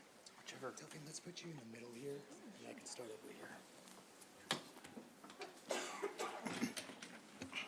Okay, who would like to go first? I'd like to go, Chairman, if you don't mind. Sure. What's your name, sir? My name is Michael Smaha. I'm Vice President of Government Relations at the Can Manufacturers Institute. CMI is the U.S. Trade Association representing the metal can industry and its suppliers. And you're going to hear from one of our aluminum can sheet members, Constellium, who's headquartered right here in Maryland, about why recycling refunds are so important to our industry. CMI supports House Bill 1089 with friendly amendments. Amendments have been submitted, as have my written comments, and I'll briefly talk about 2 of those amendments submitted by Delegates Terraza and Adelson, whose leadership on this issue must be commended. So starting on page 6, on the definition of beverage containers, CMI asks that cartons and pouches be included in the program. If the package contains a beverage for human consumption, it should be in the program.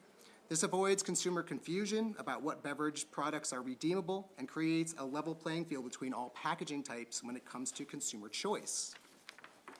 On page 14, CMI submitted amendments to address concerns heard from retailers who sell beverages.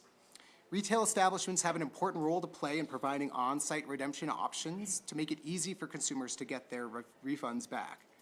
Mandatory participation would be required by large retailers, but they decide where the redemption takes place on their property. Small retailers would not be required to redeem beverage containers until the stewardship organization asks it of them. The organization would install and service the redemption means, not the retailer, as part of its convenience standards and performance target obligations under the program. Finally, last year, in a national survey of more than 1,000 voters found overwhelming support for recycling refunds.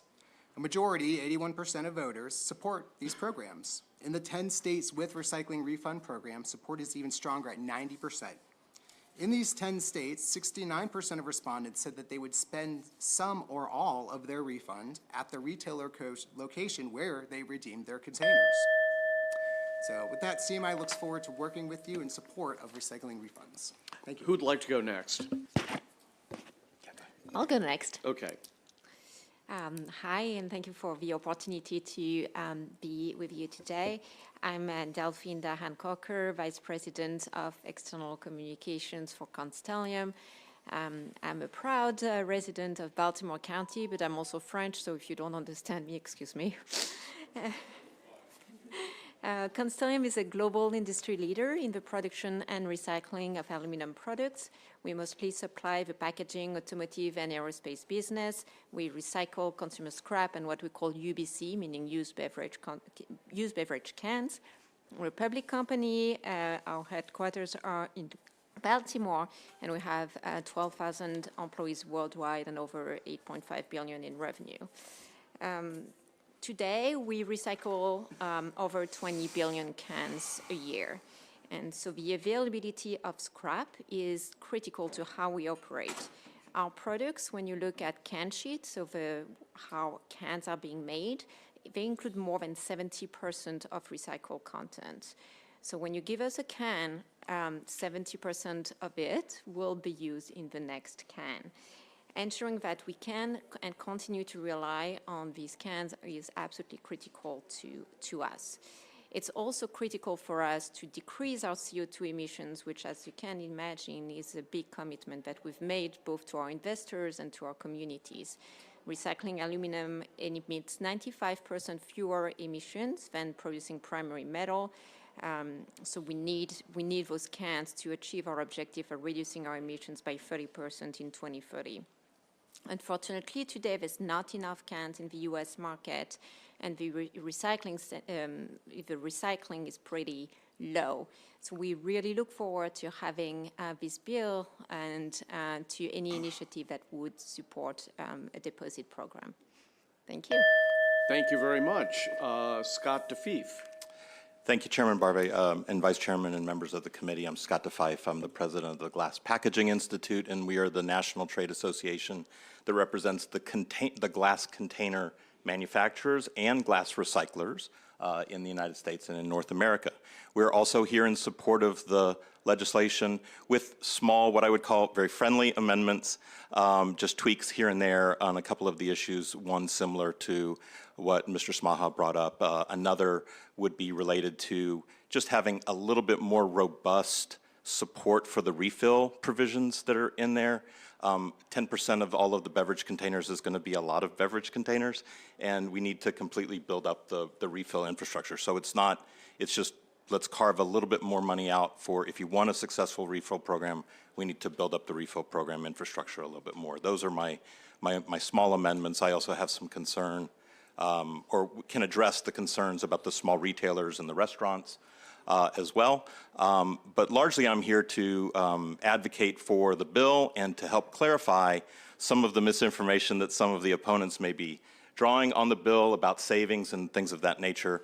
In fact, I think the fiscal note misses the savings to the counties largely in the way that Delegate Terrassa and the other proponents of the bill were talking about. In addition, there's a new provision in here that allows counties to participate in the redemption program themselves. So they could open up their own redemption center, take in the handling fees, and benefit from the program as well. We talked about this a couple years ago when I testified on Delegate Love's bill from a couple sessions ago. So we're here, and I'm happy to answer your questions about glass. Glass has strong markets near Maryland. There are bottle plants in Pennsylvania, New Jersey, and Virginia that would all take the clean glass from Maryland if you move forward with a cleaner stream and bottle bill. Okay, we have a question from Delegate Otto. Thank you, Mr. Chairman. The first gentleman that spoke, you mentioned something about auxiliary packaging. Correct. Is that like if I buy a bottle of Crown Royal, it has the velvet bag? No, what I'm talking about are a couple of other typical beverage material types.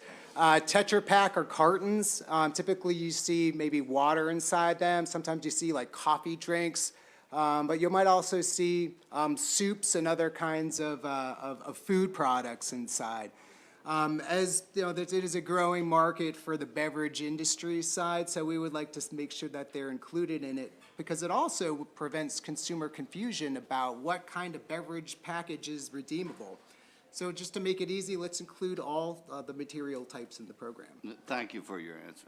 You know, as the ultimate example of reuse and money saving, you could take the empty Crown Royal bottle and the velvet bag, pour in a cheaper alcohol, reseal it, and re-gift it. That would be so good for the environment. Delegate, no tax. Delegate Allen. Thank you, Mr. Chair. I just wanted to ask, I think you mentioned that the counties can participate in the redemption program themselves. Would that apply to the municipalities as well? I Barry? believe so, the way that the bill was written. I think that the municipalities and the counties could set up their own redemption centers. Okay, good. Thank you. Thank you, and to the gentleman, I'm sorry, from the glass organization. I also wanted to ask about whether you had any additional information with your comment, or you know of studies about the savings that local governments could incur on the, waste reduction end, not the pollution part, but the picking up, their departments of public works. Where the savings could be on that side, and counter whatever losses, mitigate at least whatever losses. Absolutely. It was alluded to in the beginning panel as they were talking about, look at the vast number of difference in the recycling rate from states that have bottle bill programs or redemption return recycling refund programs, or just commingled single stream, which is the norm. Montgomery County has dual stream, but the norm is commingled single stream, right? The recycling rate alone, which is the recovery of the material, is triple or quadruple for our materials and PET bottles, which are not represented here at the table, in a bottle bill or a refund program than curbside single stream. So that alone, instead of 1 million to 5 or 1 billion to 5 billion, you're talking about 3 or 4 billion containers coming back, not in the waste stream, which counties and municipalities pay landfill tip fees to both haul those tons and landfill those tons.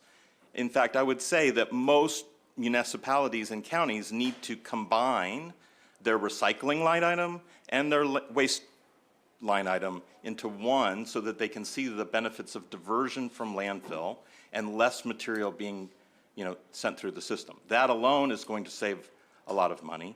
In addition, the streams at the MRFs are going to be cleaner. Now, we take a little bit of offense at calling glass the contaminant. Glass was around before single stream was around, and one person's contaminant is another person's primary material. So we can talk about that in one way or the other.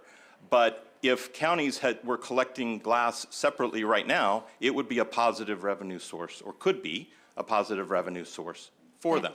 The reason for the contamination, or reason for the negative value from single stream glass, is the contamination. In my written testimony, and I also saw slides from the delegate, there were pictures of clean bottle bill glass and contaminated MRF glass. We also have a facility, one of my members has installed a facility in Baltimore County that is pre-cleaning glass, from residual material before it goes to landfill. Thank you, that's very helpful. And then one more quick question, Mr. Chair. Did I hear correctly that on your idea about, or your thought about county reduction centers, you said there could be municipal centers as well? Is that a new feature in this bill versus previous versions? It is? It looked new to me. I believe it is. I think Martha Ainsworth is Yeah. behind you shaking her head, Yeah. yes. Okay. That's a great feature. Thank you There's so no much. reason that they couldn't participate in the stewardship organization, participate in the collection of the material themselves. Great new feature. Thank you. Thank you, Mr. Chair. Thank you, Mr. Chair. Someone, I can't remember which one, talked about the idea of these bags and collecting, which I think is a great idea. Would the bags be recyclable?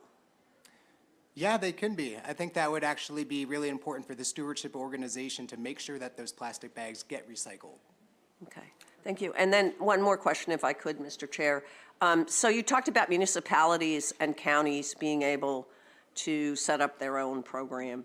What about homeowner associations? A lot of trash pickup, not recycling necessarily, but a lot of trash pickup is done through homeowner associations. Is that contemplated by this bill? I don't know, maybe that's a question for the sponsors. I saw enough flexibility in the stewardship organization that they may be able to do it. One of our friendly amendments is to put some sort of definition on the minimum size of a participant in that program, so that you're not kind of cherry picking geographical areas. I don't see any reason why you couldn't. However, I would note that I think most homeowner associations are really they're involved, but they're contracting with a private contractor to pick up their material. Yes, that's true. Yes, thank you. That is a really interesting idea. I mean, I think if you look at the big picture here, the stewardship organization is going to have targets and percentages of redemption and dates that they have to meet. So they're going to got to keep a very open mind about how they're going to achieve those goals. So, looking at on-premise venues, bars, restaurants, stadiums, looking at, town options and even homeowner options. I think the stewardship organization should keep all options on the tables. They've got a big goal they got to meet, and they've got to capture as many bottles and cans and cartons as possible to meet that goal. I have a question for the gentleman from DeFife from the Glass Packaging Institute. I read a few years ago, and maybe this is old and it's been reversed, that one of the counties in Virginia, I don't know if it was Alexandria or Arlington, just gave up on glass recycling altogether. And I read that someplace. Did that not happen? I see you shaking your head, or... Yes, Mr. Chairman, thank you, and I appreciate the opportunity to answer. I actually live in Arlington, Virginia, and am very familiar with the work that Arlington, Alexandria, Fairfax County, and Loudoun County are all doing together. They didn't give up on it completely. They did switch from curbside glass to drop-off glass, a larger network of drop-off glass. That is largely because the material recovery facilities in Virginia promote landfilling and do not have the proper glass cleaning equipment. So what happened was the consumers, as I know that some consumers in Maryland have figured out, that they were dutifully putting their glass in the curbside bin. It was getting hauled to the place where it was supposed to be hauled to, and then it was just being shipped off to the landfill without actually being recycled. In addition, 4 or 5 years ago, there was a big upheaval in the global commodity markets for recycling. You'll hear people talk about China's national sword and things of that nature.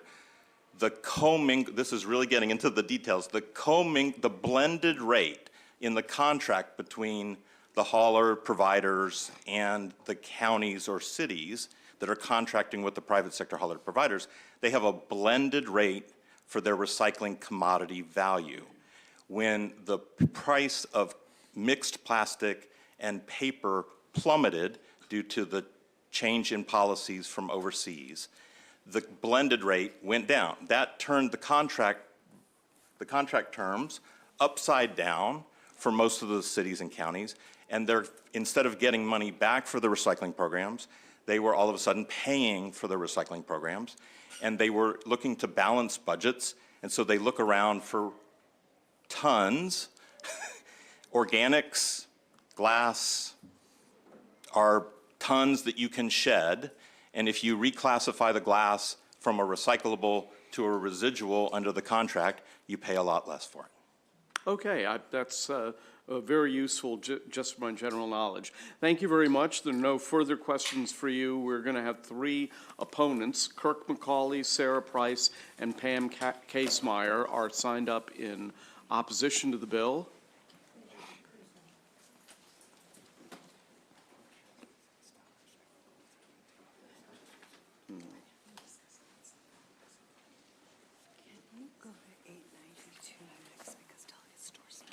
Yeah, tell me that. Good afternoon, Mr. Chair and honorable members of the committee. My name is Sarah Price, and I'm here on behalf of the Maryland Retailers Association.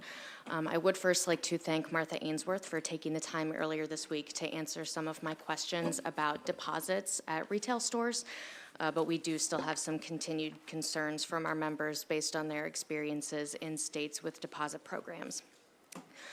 It is well known in the industry, in states that do bottle collections, that sanitation issues can develop when customers are returning uncleaned bottles if the store chooses to manually process them.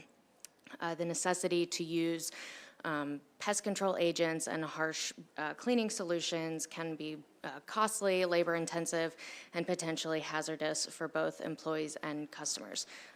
Generally, in a grocery store, you want to make sure that everything is as clean as possible, so you really don't want to be dealing with any pest issues from collecting dirty materials.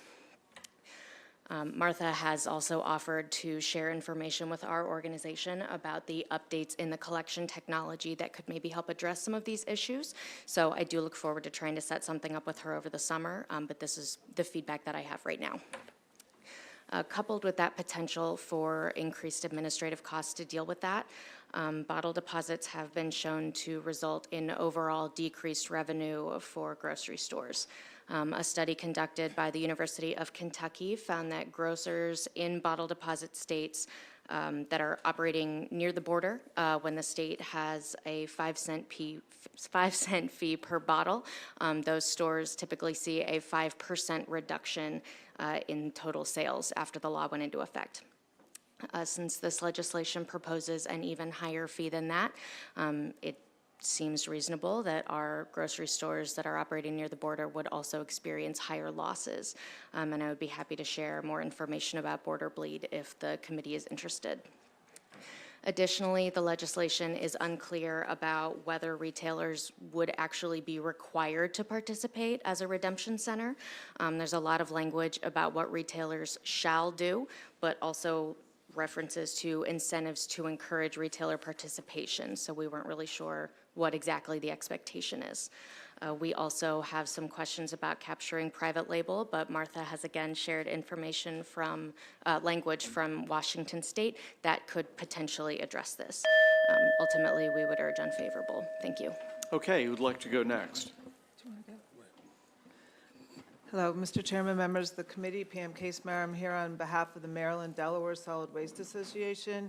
We are the private sector, as you know. I've been here on a bunch of issues. Private sector waste side, we have recycling facilities, hauling, the whole range of issues. But I would like to call out, unrelated to my testimony, you have written testimony from the Maryland Recycling Network, and I think you should, I reviewed it separately from being here. I know they're not speaking, but I'd highly suggest you read it. I think it has a lot of good points. But long and short of it, the last bottle deposit program that was enacted in this country was in 2002.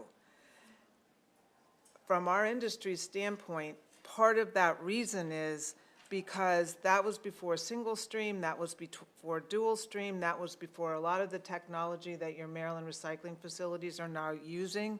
I think you'll see in the other testimony and ours, this is it's a component part of the overall recycling materials management needs, but it's a small component part, and you're spending a lot of resources, time, and focus on a small part, which then takes away revenue and focus from the larger part. And I think part of the reason you got away from these individualized in the normal waste stream was because a single stream, dual stream, facilities that can do it across the board, and it will take away from the local government's funding sources for those products that are a small percentage, thereby reducing their overall ability and lowering their other recycling rates. You'll see in some of the states that have deposit bills, they may have a bit higher recycling rate for containers, but their overall recycling rates aren't as high. And I think it's because it is sort of cutting up and bifurcating how they're processing recycling materials. All right, are there, oh, go ahead, pardon me. Chairman and members of the committee. My name's Kurt McCullough. I have to represent service stations, convenience stores, and auto repair facilities in Maryland. The bill, the way I read it, includes all retailers that sell soda pop or anything else in a plastic container. Some of those stores are very small. Their space to contain something like that once it's brought in would be very small also, and there'd be a sanitary condition there too. The other thing is we have single stream recycling in most counties now. It seems to work pretty good. If we could enhance that program, it seems like it'd be it'd be a cost saving over this program. 36 pages, and there's a lot of things in them pages that aren't decided yet that's got to be decided yet. When you leave something wide open like that, God knows what will happen. But it's just that were my main concerns: space and small retailers, and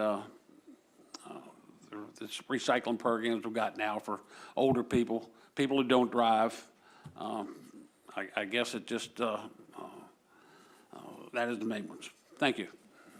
Okay, thank you. Are there any questions for this group of witnesses? Yeah, I'm going to get to them soon. Thanks for, yeah. Okay, thank you very much. There is one informational witness, Mike Noel, or Noel, and you are virtual. So let's turn to Mike Noel. And there he is, very fuzzily. Oh, there we go. Okay. Welcome to the committee. You have 2 minutes. Sounds good. Hello, Chairman Barva, Vice Chair Stein, members of the committee. Thank you for your time today. My name is Mike Noel. I'm a Director of Public Affairs at TOMRA. We provide a range of technology and services for recycling and reuse systems around the world. We operate in more than 40 jurisdictions that have existing container deposit return systems or recycling refund programs, including all the 10 U.S. deposit states that have such a law. We have over 50 years of experience working specifically in deposit systems, and I'm commenting today on an informational basis regarding HB 1089. My written testimony also includes answers to frequently asked questions about deposit systems and reverse vending machines, which we provide.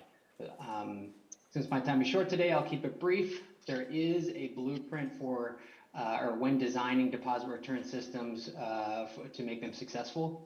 If you evaluate the 40-something existing deposit systems in developed economies, they generally share 5 principles in common. I'm talking about those that recycle around 90% of the beverage containers. First, they focus on performance by setting a target for the percentage of containers they want to see recycled. Second, they promote circularity of the material by clearly defining what recycling means and excluding material that is collected but ultimately disposed. Third, they prioritize convenient access by ensuring someone can get their deposit back as easily as they bought the container in the first place. Fourth, whether the system is centralized or decentralized, producers finance and manage the systems within frame conditions set by the state, and producers can use the unredeemed deposits and commodity revenues to reinvest in the system. And finally, proper attention is paid to system integrity measures like product registration and rules for redemption providers. Thank you, and feel free to reach out with any questions. We have one question. Thank you, Mr. Chairman, and I'm sorry, the gentleman that just testified, I forgot your name. But could you address what seems to be an argument made by opponents that bottle bills have, the time for bottle bills has come and gone, that nothing has been, no state has passed bottle bill legislation past 20 years, and maybe that's due to changes in the way we recycle, recyclables are collected through single stream. Could you address whether that's a valid point or not? I mean, maybe that was a reason at one time why, states stopped adopting the programs, but I think due to the testimony you've heard today about litter and the concerns that Mr. DeFife brought up about dropping commodity rates, I would argue that the single stream operation does not work everywhere. It can. TOMRA provides optical sorting equipment that does properly sort out materials, but that does require an investment, and not every community is going to invest in that. So there's certainly something to be said for improvements and a realization of how the limitations of single stream over the past 20 years. In fact, the trend nowadays is for more jurisdictions to adopt the bill you're talking about today, a deposit recycling program.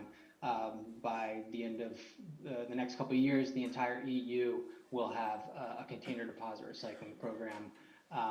Australia will be the first continent to have every state have a deposit recycling program. So the trend is certainly starting to pull in the other direction, and largely has to do with the concern over plastic waste. All right. Oh, we have one question, Delegate Ziegler. Thank you, Mr. Chairman. If it's not too late, can I ask a question of the opposition? I think we still have Yeah, it's too late. Sorry. Okay. We got to move on. That's okay. Sorry. Okay, that ends the public hearing on that bill. We're going to skip ahead to House Bill 892, Delegate Ivey. I'm not going to go into the reasons why we have to do it that way, but Delegate Ivy, welcome back to the committee. You have 4 minutes. Thank you, Mr. Chairman, members of the committee. Appreciate your time here today. For the record, Delegate Ivy here presenting House Bill 892. What this does, quite frankly, we already have the comprehensive flood management grant program. We all know that flooding is a huge issue here.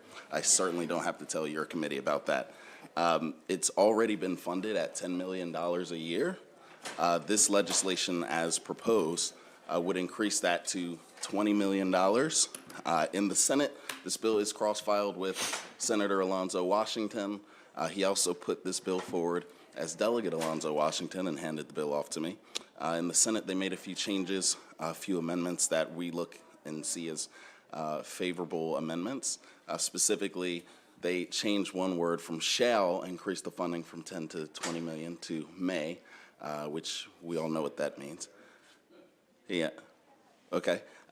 They also made some changes to specifically make it a little more targeted. They took out language referring to environmental justice scoring and changed it to overburdened and underserved communities, which I thought was pretty interesting as well. The point here, one really significant piece of this legislation is rather than allowing this this pool of money to be dispersed to first come, first served basis, what it does here is it makes sure that 40% of it goes to these overburdened and underserved communities to provide some equity across the state.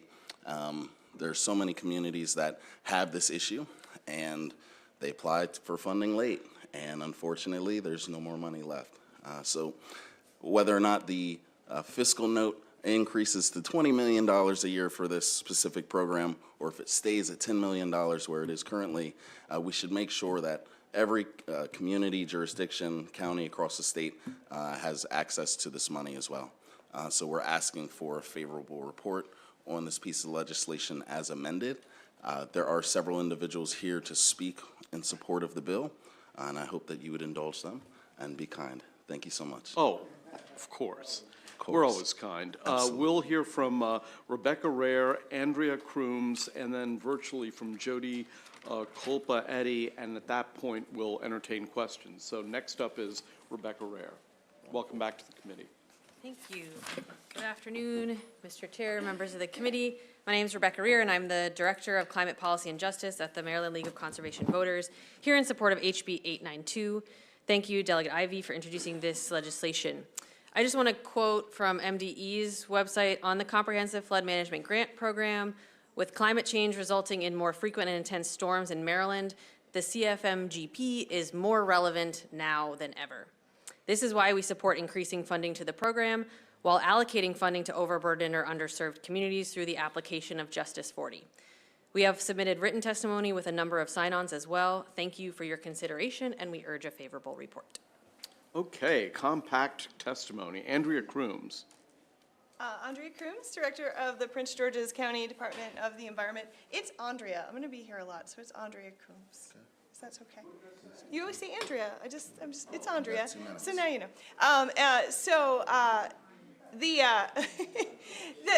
the reasoning for the bill is really, this is a practitioner's bill. And, you know, a lot of times I come in here and I'm like, well, we're going to actually implement this. How are we going to do that? So the reason that the county, you know, is really interested in this bill is because one challenge that we have is that it's hard to even scope these projects. It's hard for our municipalities. We have 27 incorporated municipalities in Prince George's County. And it's difficult for a lot of those municipalities, particularly those that have these environmental justice issues, to even get to the point of all of the technical details to get a project ready so that they can put it into some of the really big federal programs. So what this program does by, you know, expanding the grant programming around flooding, it allows us to scope out the breadth of projects that we need to do to support the regions of our county that are the most overburdened. Those tend to be the hardest and the most complicated projects because the parts of our county, because we are an urban county that are overburdened, tend to have lots and lots of buildings. There's lots of streets. Everything is already there. And so we really have to go back into what is a systemically underfunded infrastructure, dig it back up and fix it. So these are huge, complicated, expensive projects that we're focusing in the areas that the federal government has identified as the areas that 40% of the federal funding should go to, so that we can get ready to take, do $1 million project or a $500,000 project, to scope this out, to put, to put everything around it, and then go out and get the $100 million or even even more than that is necessary to do these big complex projects. In addition, it allows us to do the projects that have been overlooked over time in these burden communities. So this is a real opportunity to spend the money on the people in our state that need it most, and it's really supported by practitioners because it's the reality of the implementation of what we're trying to do. Okay, thank you. Let's turn now to Jody Culpa Eddy. Welcome to the committee. You have 2 minutes.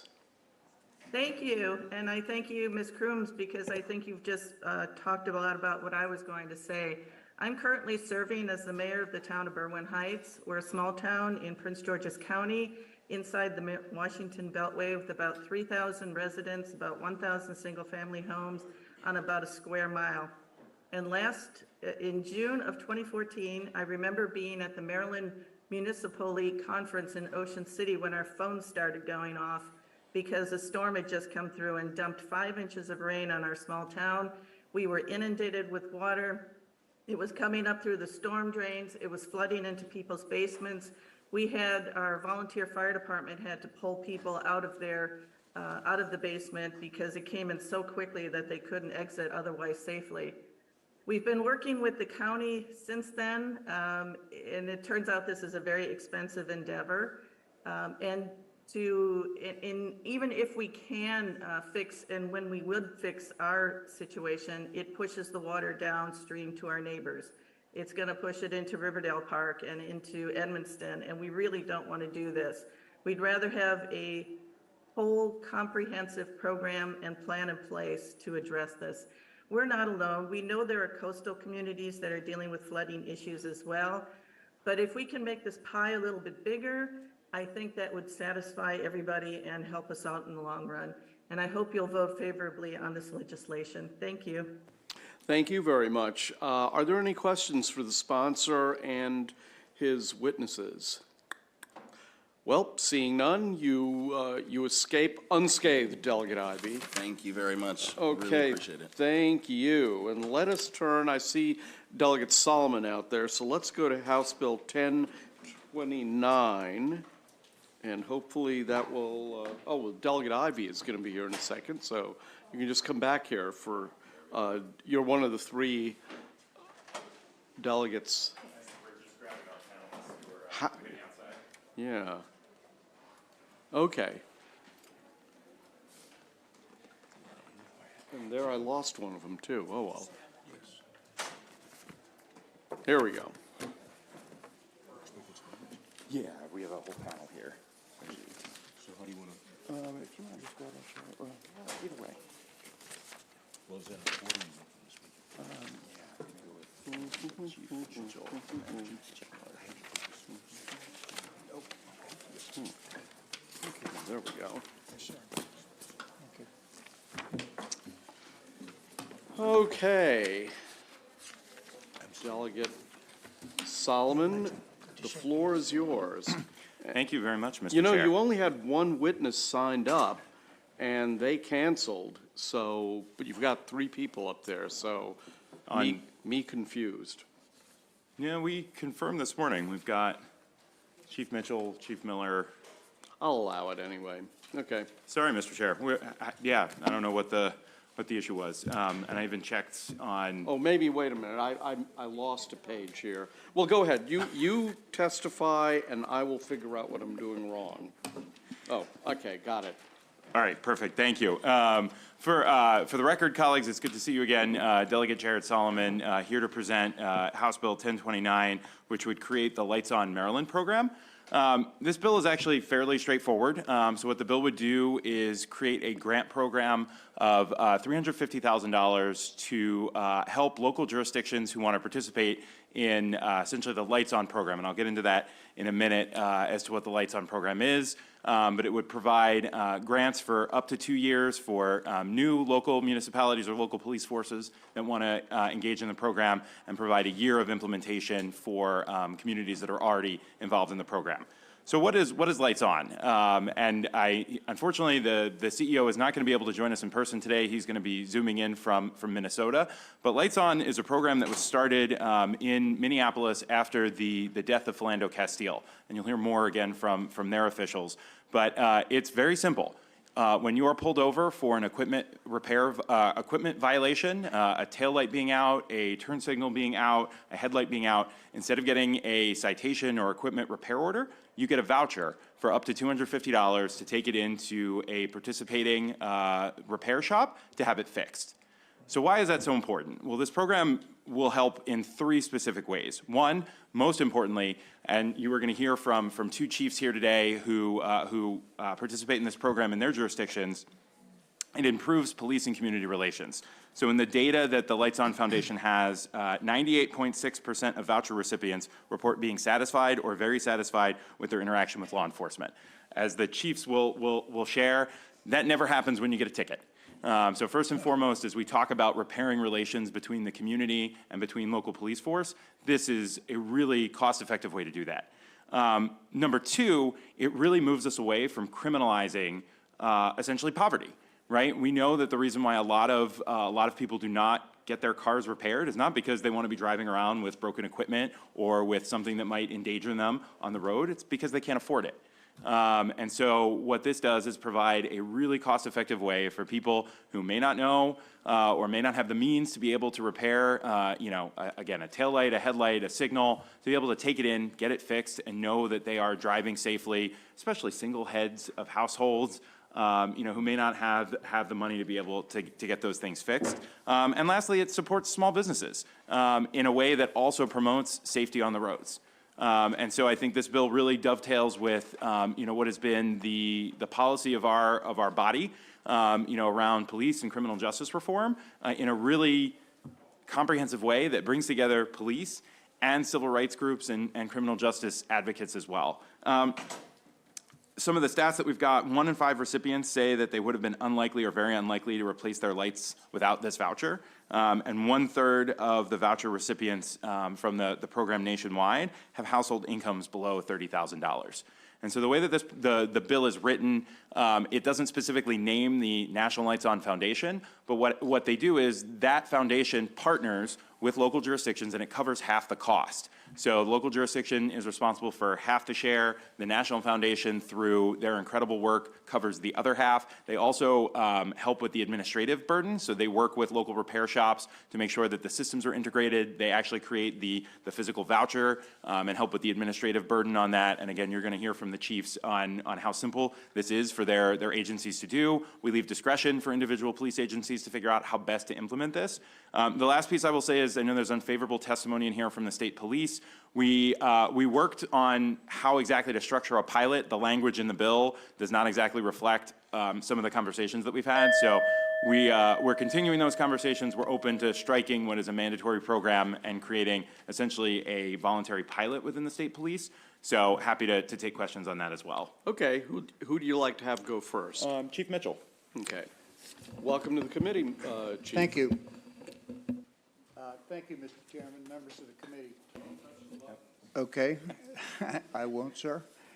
Thank you, Mr. Chairman, members of the committee. My name is Dave Mitchell. I'm the Chief of Police at the University of Maryland in College Park. I've been in law enforcement 52 years now. Previously Chief of Police, Prince George's, Superintendent, Maryland State Police, and Secretary of Homeland Security for the state of Delaware. This is a win-win program, and today, more than ever, we need to replenish the trust that once upon a time I believe we had in law enforcement with our communities. There's no better way to do that than looking at an activity that is rather routine for us, and that's a traffic stop, someone who has a light out. And gone are the days when you could go into Pep Boys and buy a $5 headlight and install it yourself. That's no longer the case today. When you look at the Lights On program out of Minneapolis, and you look at the cause that brought it about with the death of Mr. Castile, the tragedy there, what a legacy this leaves. In College Park, contrary to popular belief on my campus, everybody thinks the students are rich because they're in college. I can attest to you they're broke, okay? They don't have any money. And what money they do, they might use for beer or something. But I can tell you, when we first implemented this program, we stopped students and said, here you have a voucher to get your headlight fixed. They were total disbelief. You're kidding me. I got stopped and you're going to help me get my headlight fixed. We partnered up with a Gas and Go right off Baltimore Avenue. Last month, for example, we issued 72 vouchers. And that's, you know, Baltimore Avenue going through our campus is roughly 50,000 cars a day. So it works. We're proud of it. We're happy. We hope to see it expand. We support your bill. Okay, thank you very much. Who would you like to have go next? Chief Miller. Good afternoon. Chief Carl Miller, now the Chief of Cheverly Police Department. Unfortunately, my resume doesn't match Chief Mitchell's by a long shot. But I was a former Maryland State Trooper. I actually worked for, he says we worked together. No, we didn't. He was the boss, and that was it, the way it worked. But I was a trooper with the Maryland State Police. I'll give you the Lights On program. Once, I didn't know much about it until Chief Mitchell sent something out, and I read it, and I looked into it, and I thought it would be a great program to implement it in the town of Cheverly. For that, I say that I enjoyed it because while I was with Cheverly State Police, I went away for a year, and I became what's known as a racial profiling abatement instructor. Also, one of the things I was tasked with doing, this is through the federal government, it was an officer leadership program, was to also learn how to bridge the gap. One of my studies was occupant protection in the minority community. So when I saw this particular program, coming into a new department, my job is to educate the police officers so that they learn how to effectively operate as far as a traffic stop. Traffic stops are for two reasons only: to correct a driving behavior or a vehicle deficiency. That's it. When we do more than that, then as the term goes, we're doing too much. So this allows the police officer to stop, communicate, hopefully bridge the gap between whatever the problem is as far as the society or the community that we serve. But it also gives us the opportunity to do something positive for the community. Now, what we do in Cheverly is just a little different. We do issue the safety equipment repair order. With that, we give the voucher. You find a gas station that's willing to work with you, and you direct the individual to the gas station, and they take care of the violation at no cost. It's very effective. The police officers feels as though they're doing something great, and the citizens respond very favorably to it. I see I have 2 seconds left. That's going to be pretty much it. Thank you. This gentleman here, what's your name? Are you here to testify? Yes, I am. Okay, what's your name, sir? I'm Samuel Jordan. Okay. Please proceed. Thank you. Chairman Barbie and committee, greetings. I'm Samuel Jordan, president of the Baltimore Transit Equity Coalition, and we urge you to report favorably on HB 1029. HB 1029 was born in tragedy. U.S. law enforcement killed at least 1,176 people in 2022, making it the deadliest year on record for police violence since 2013, according to the research group Mapping Police Violence. Police across the country killed an average of more than 3 people a day, or nearly 100 people every month that year. The racial disparities have also persisted. From 2013 to 2022, black residents were 3 times more likely to be killed by U.S. police than white people. Advocates say that many of the routine traffic stops have no relation to public safety but are used to profile certain communities. HB 1029 creates a chain of local commerce and goodwill in response to all too many traffic stops, particularly of black people who are subsequently violently assaulted, even killed by police, murdered for driving while black. Despite the national increase in killings, there are some signs of progress. HB 1029 is such a sign of progress. The bill orients trained police to seek nonviolent, respectful encounters with drivers whose vehicles need what may be minor repairs. BTEC applauds the sponsors of HB 1029 and advocates for its passage. The bill proposes alternative responses that are already being piloted, showing that they are dramatically more effective than police. My remarks have focused on the harm to be prevented, because the remedy proposed in HB 1029 is a creative, productive step forward that can hardly be opposed. The funds are available, the connection to local commerce is stipulated, and the trust factor is built between communities and the police. The motto, protect and serve, becomes a factual description of the encounter instead of a cynical jeer. So, Chairman Barvey and committee members, we urge you to report favorably on HB 1029. Thank you. Thank you very much. We have two witnesses who are virtual, Claudia Barber and then Sherman Patterson. So let's go to Claudia Barber first. Claudia, are you out there? Okay. I am, yes, I There you am. are. Welcome to the committee. You have 2 minutes, Claudia. Thank you. The caucus, my name is Claudia Barber, and I am here on behalf of the Caucus of African American Leaders. We endorse establishing Lights On for Maryland program to authorize law enforcement agencies to provide vouchers to drivers detained at traffic stops. We believe the law could and should expand to law enforcement using the voucher program in lieu of issuing a citizen a citation for a broken tail light or similar headlight or tail light failure, especially when many rely on transportation to travel to and keep their jobs. They cannot afford losing a day's pay fighting a traffic citation of this minor nature. Over the years, the caucus has met with many state and local officials and provided statistical data on traffic stops in several jurisdictions. We have seen firsthand disparity in treatment of citizens stopped by law enforcement at traffic stops for a simple minor offense such as a broken tail light. In 2021, Maryland State Senator Charles Sidnor provided a link, which I provided in my written testimony of for his constituents, of Baltimore County traffic stop data dashboard. The traffic stop data illustrates how Blacks, who make up a smaller percentage of the population than whites in Baltimore County, were stopped 56% of the time for minor traffic offenses. And this racial profiling is rooted in racism and demonstrates that police are policing neighborhoods differently.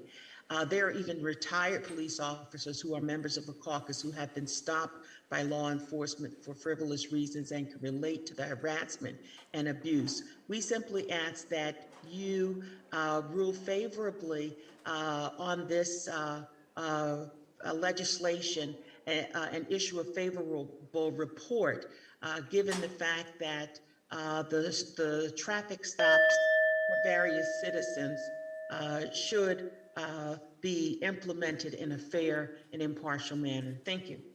Thank you. And then finally, is there, did we hear from August Kenner?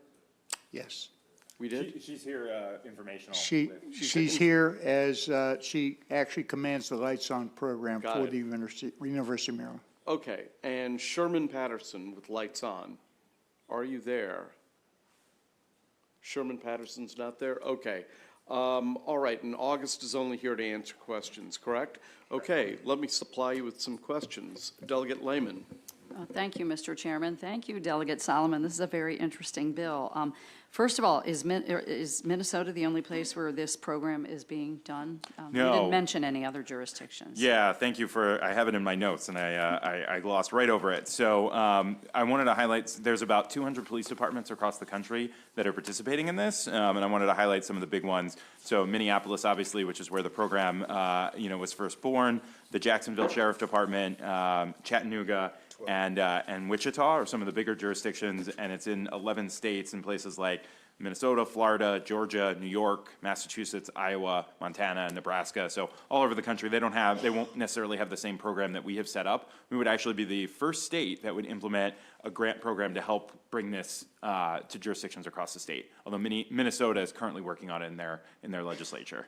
Great, thank you for that. And then are you asking or suggesting a specific appropriation? I do not see that. Yeah, so the bill has a request of about $350,000 per year.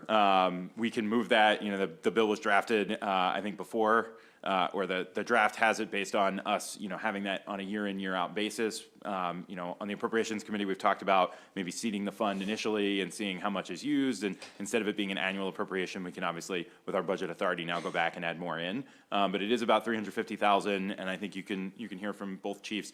The cost of the program is relatively small. And again, that's split. I'm sorry that we had some Zoom difficulties with the folks from Lights On, but they do share the cost. One of the things I was excited for them to share is they've actually partnered now with 4 Major League sports franchises. They have partnerships with the New England Patriots, the Jacksonville Jaguars, and the Minnesota Vikings, and they just signed with the San Diego Padres. And so in those regions, those sports franchises actually provide a tremendous amount of the foundation support, and then Lights On provides half the cost. They work on the administrative burden and bring they lower the cost substantially for local jurisdictions. And again, I think the chiefs can talk to that as well. Yes, it was. Thank you for the question. Roughly $4,000 is what we allocated for this, and Lights On allocated the same amount of money. So for the return, and that's for a jurisdiction of 60,000, 40,000 students, 20,000 faculty and staff. Of course, we have the city of College Park as well. But that was the estimate from Lights On, the cost, and very affordable. And we had funds left over from some of our training and so forth, and we devoted it to this program with great success. Great. No, I think it seems like well worth the investment. I do have one more question, Mr. Chair, about the College Park situation. I do represent the university in College Park. It's part of my district. I'm just curious, though, with those stops for Lights Out, did you come across other issues, like, say, expired tags or anything else? And then how did you deal with that at that time? Well, obviously, if we see a criminal misconduct, we take whatever appropriate action that is. Now, I'm not talking about criminal. I'm just talking about like other issues with the vehicle. Say, I would use the example of expired tag. So you're stopping someone because a light is out, and you're going to give them Yes. this voucher, but then Yes. what, did you actually experience that where there were other issues that, when you stopped them and then you had to deal with that separately? I'm just curious how that would play out. Not across the board, because the attention that is directed to the vehicle being operated is going to be a light out, so that it's not running a red light or anything else. Okay. That's the traffic stop. The officer goes up, checks obviously for a valid driver's license and valid tags. If there's an issue on either, enforcement action would be taken, depending on what the circumstances were. Okay, thank you. Thank you for the bill, Delegate Solomon. Thank you, Mr. Chair. Thank you, Mr. Chair, and thank you, Delegate Solomon. It's good to see you in here. I wanted to start with a clarifying question per Delegate Lehman. So the program is $350,000 total, of which half would be, or is it $350,000 for our share? Correct, yeah, and Delegate Boyce, it's good to see you too. I always enjoy seeing your smiling face. So it would just be for our share. So it's Okay. $350,000. We So hope it's a $700,000. theoretically, Okay. yeah. I mean, it would be great if that uptake, if there was such a sizable uptake in the state that would use that. But it would cover at least the state share. That's or fair. the local share. And then I had a question for the chief. You mentioned that you had 72 citations you had given out with the voucher. How do you know whether or not, per those vouchers, they've been fulfilled? In other words, all 72 folks actually got their headlights or taillights fixed? Yes, they have roughly 2 weeks to get that done. We get feedback from the vendor and from the Lights On program because they track every single voucher. Okay, so they And do the work. More often than not, yes. Okay. The vendor is happy, the feedback that he received is good, and obviously the feedback that we get is good. The same thing with the Lights On program. Okay, so with that 72, how many actually went and gotten their repairs? Do you know that number? Probably, and let me defer to Captain Kenner here, would you say 80 to 90%? Yes, sir. 80 to 90%, sometimes 100%. Okay, thank you so much. Thank you, Mr. Chair. Thank you, Delegate, for this bill. I think it's a really, really interesting idea and program.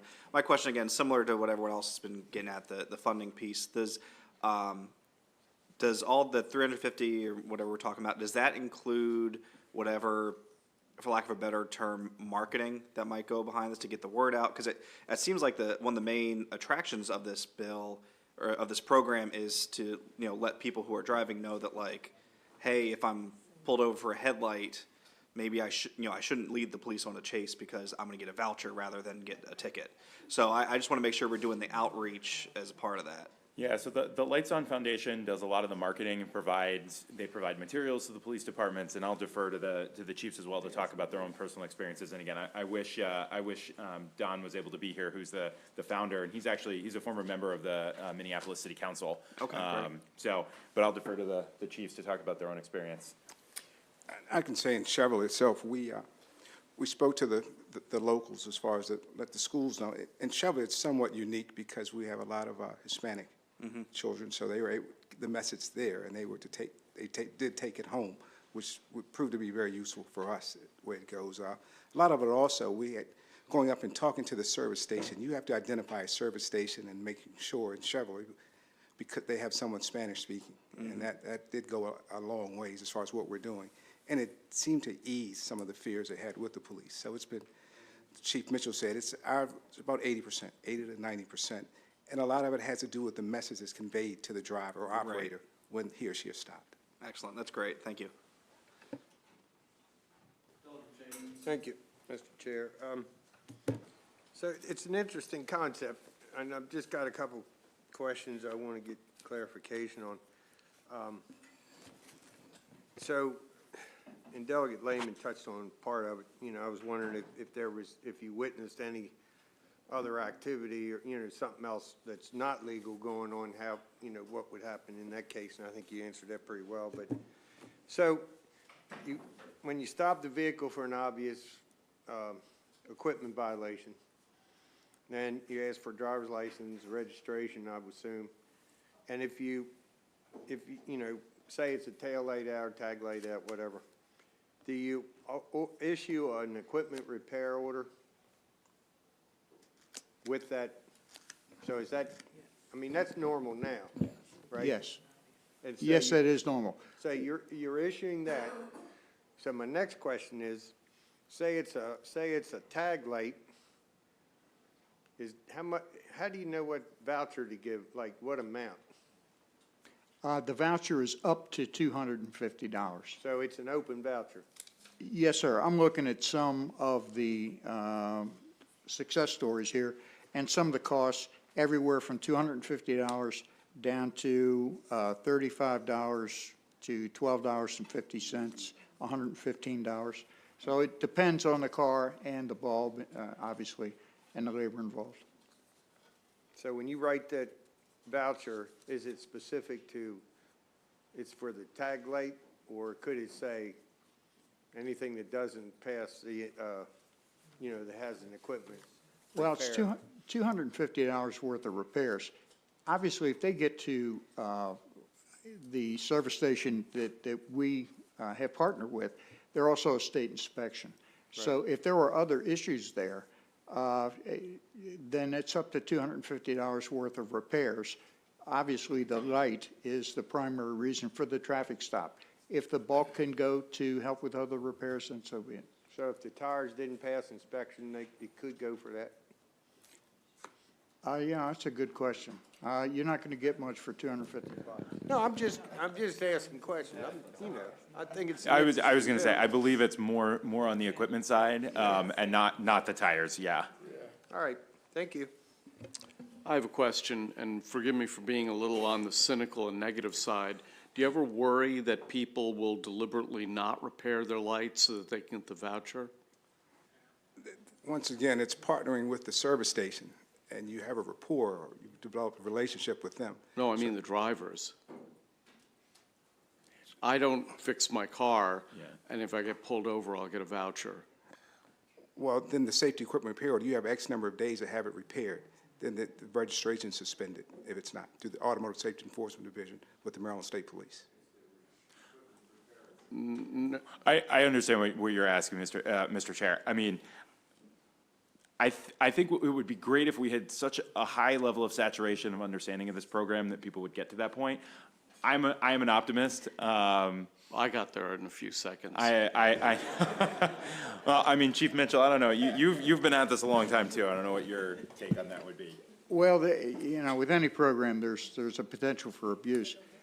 We know every time we make a traffic stop, because every police officer in the state uses e-tics. So when we scan your driver's license, we know the last time you were stopped, we know the reason why you were stopped, and we know the disposition of the traffic stop, either a ticket, or in this case, it would be a voucher. So obviously, if we saw that, and the clock's ticking, you have so many days to redeem it. If we saw repeated lights on vouchers, that would be a question that we would want to know more about, obviously. Okay. I was going to say, I mean, the only other thing I would add. Look, here's what I'm saying. My light's out. I choose not to fix it and hope to be pulled over by a police officer so I can get the voucher and not have to pay $250. I mean, I think the potential benefit to the community of the improved relationship outweighs the potential. I mean, if you're, I will say this, if you would be silly enough to do that, but also put yourself in jeopardy of a collision or, some other accident, I wish we could legislate stupid, but we can't. Okay, Delegate Baker. Thank you, Chairman Barvey. I just have a couple of quick questions, and they're more curiosity than anything. Our Chairman Barvey, he gets pulled over more than once in 1 year. Can he qualify for 2 vouchers per year? Sure. Yes, you can. Okay, so. Yes, you can. Okay, so that was a question. The other question is, you pull someone over and they don't stop and they take off, you're just pulling them over for a stop or a blinker light or something like that? You're just going to let them proceed? You're not going to get on a chase, are you? I wouldn't necessarily say that, Delegate.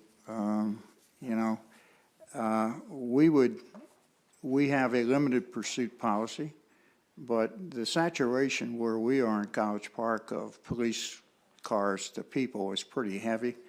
Chances are we're going to see who you are, where you went, and as we radio that information to our surrounding jurisdictions, we would know that. Now, in a case where you would take off, that's fleeing and eluding, that gets you in handcuffs. So we would probably put you in handcuffs and put the voucher in your pocket after that, and then we would deal with it. I just know a lot of our issues nationwide have been a result of pulling someone over for a minor infraction. Right. They And take off, and then you see where it goes. Anything is possible, as we see out there. We don't know too many people that try to get pulled over in Prince George's County, College Park. I know, but by the police. But anyhow, okay, well, thank you. And then another question: you pull me over, I'm not the owner of the vehicle, and I'm driving. Yes. Well, the voucher's for the car. Gotcha. Okay. Okay. And then the other thing: would loud mufflers be included in this voucher system?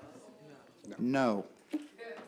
Absolutely not. Okay. Well, it's a. I know it's a good question, but no. Last question. It's a minor repair. It could be.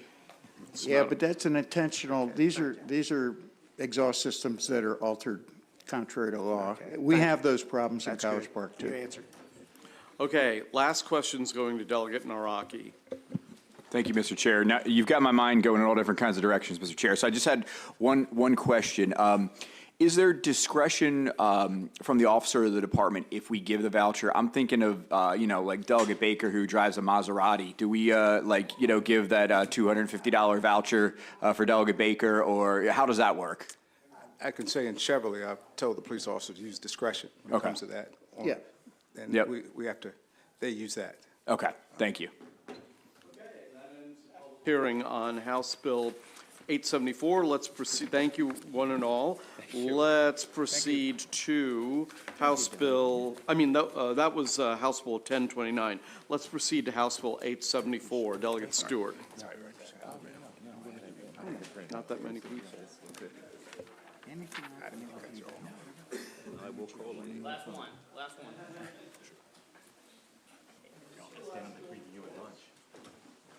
It is.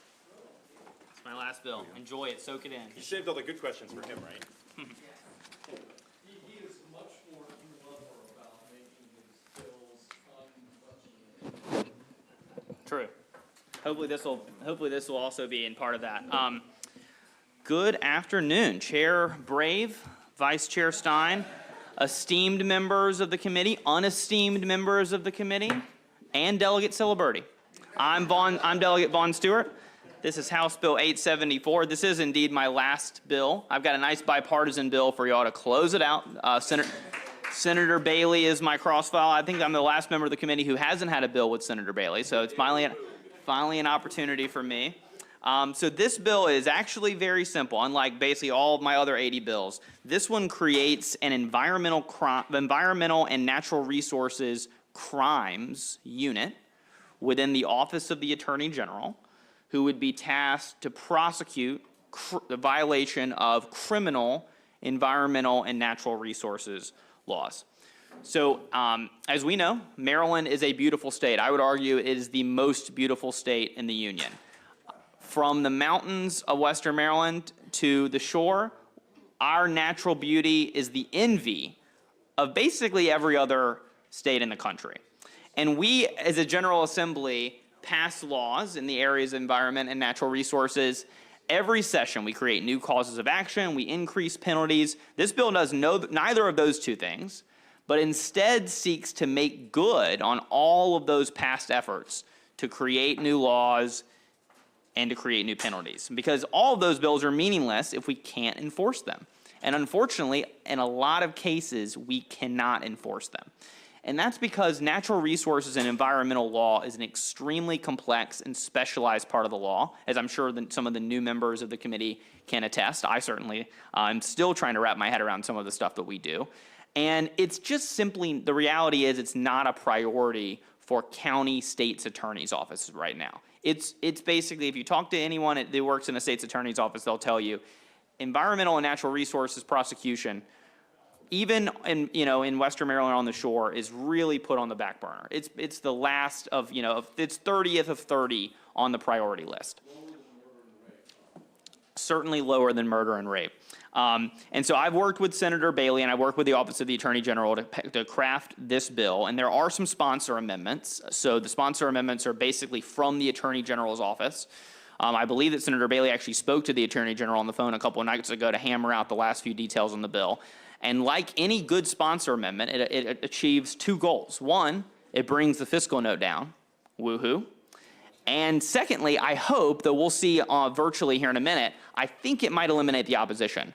The opposition, I think, mostly stemmed from this idea that this may be somewhat duplicative of efforts from DNR to enforce civil violations of environmental and natural resources laws.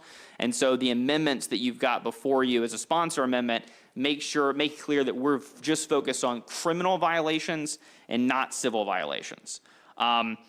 We're hoping, obviously, to protect the livelihoods of Marylanders who rely on our natural resources to put food on the table. And we're hoping to also improve the lives of Marylanders who enjoy the state's natural beauty for recreation. At the end of the day, we want to protect both our professionals and all Marylanders from the bad actors, the poachers, who would threaten folks' livelihood, folks' happiness, and the state's natural beauty. And I urge a favorable report. Okay, where's JBD? Where's Jennifer Bevan-Dangle? She actually told me that she had a family emergency and she's not going to be able to make it. She Okay. told me that I should just take her 2 minutes and then maybe do like a song or something. But I said that I wasn't sure the committee would go for that. We would not. I'll save it. Let's go straight to questions then. Delegate Allen. Thank you, Mr. Chair. Thank you, Delegate. I don't have any gotcha questions for this, Oh, unfortunately. The Chinese will not be affected by this bill. Excellent news. In lieu of that, then, can you, I think you touched on it briefly, can you kind of expand on what kind of crimes this would specifically address? Because again, I think the natural inclination is go straight to what we think of as DNR violations rather than crimes. Yeah, absolutely. So there are a number of different criminal violations under both the Environment and Natural Resources article. I don't think I have, that list is not delineated in the bill text, but with the sponsor amendment, essentially it just codifies some tools that the Office of the Attorney General already assumed that they could do, which is basically act as a state's attorney. And they have done that in some cases, but it codifies that authority to make it explicit they have that ability. And then it just beefs up the unit. You may see in your packet, I think there was some testimony that there is, I think, an existing unit, but with limited power in the OAG, and I think it's one employee, and I forget her name. I apologize if she's here virtually or something like that. Apparently she's amazing and does good work, but it's just extremely understaffed, and it's also not clear what powers she even has. So I don't have a list of every single crime that you can be prosecuted for under the Environment and Natural Resources articles, but I can certainly find it for you, probably when I get back to my laptop in a few minutes. Yeah. Thank you, Mr. Chair, and thank you for the bill, Delegate Stewart. It's very interesting. I had a similar question, which it was, I know there is an environmental crimes unit, so I was wondering if you were looking to set up a separate unit and? No. No, Okay. we're looking to bolster the existing unit, which is one person. Okay, And we're looking to codify, so the bill essentially has three things. One, it beefs up that existing unit, which is Okay. understaffed and essentially the federal government used to do a lot of these prosecutions. Right. And actually, we modeled this bill off of the Department of Justice's Environment and Natural Resources Division, which is called the ENRD. That unit sadly has lost a lot of its funding. They used to have like multiple prosecutors in Maryland, and I think they're down to one in Baltimore City, one single federal prosecutor on this issue from the federal government. And then they have like 40 attorneys in D.C. for the whole rest of the country. So that's gone down. Their enforcement capabilities have gone down. And in states' attorneys' offices, they just never, this has never been a priority. You just don't have people with the specialized knowledge. So what we're hoping to do in the bill is, number one, beef up the existing one-person unit to be more substantial. Number two, make clear what the powers of the unit would be. And number three, you'll also see in the bill, it's not coming out in the sponsor amendment, it remains in this reporting requirement that basically the unit would report to us and to the AG and to MD and to DNR basically the activities of the unit, what enforcement actions they've taken, if any, in the last year. So that'll be an annual report that we'll get and hopefully we'll be able to benefit from and see if the bill is working. okay, so that's very helpful in clarifying what you're setting out to do. So two quick related questions. Are you going to make any effort to look at, so you're talking about criminal prosecutions, not civil, but are you going to make an effort to look at fines? Are they outdated, or is that part of this? It's not part of this. I mean, I would be open to amending it and if they wanted to look at that, but this bill does not create any new cause of action. It does not increase fines in any way. So, I mean, I think that the only people that really should be opposed to this bill are people who are committing environmental crimes. Because if you're doing that and this bill passes, you may end up getting caught and you may end up getting prosecuted. But if you're not in that group, you probably should feel pretty good about the bill. Okay, and then final quick question, similar to Delegate Allen's question. You gave the example, quickly in passing, of poaching. Yeah. But are you also talking about polluting and can you give us just a few Yeah. other examples of what Yeah. you're after? Yeah, so they include, for example, illegal trapping is an example. Overhunting is a criminal violation.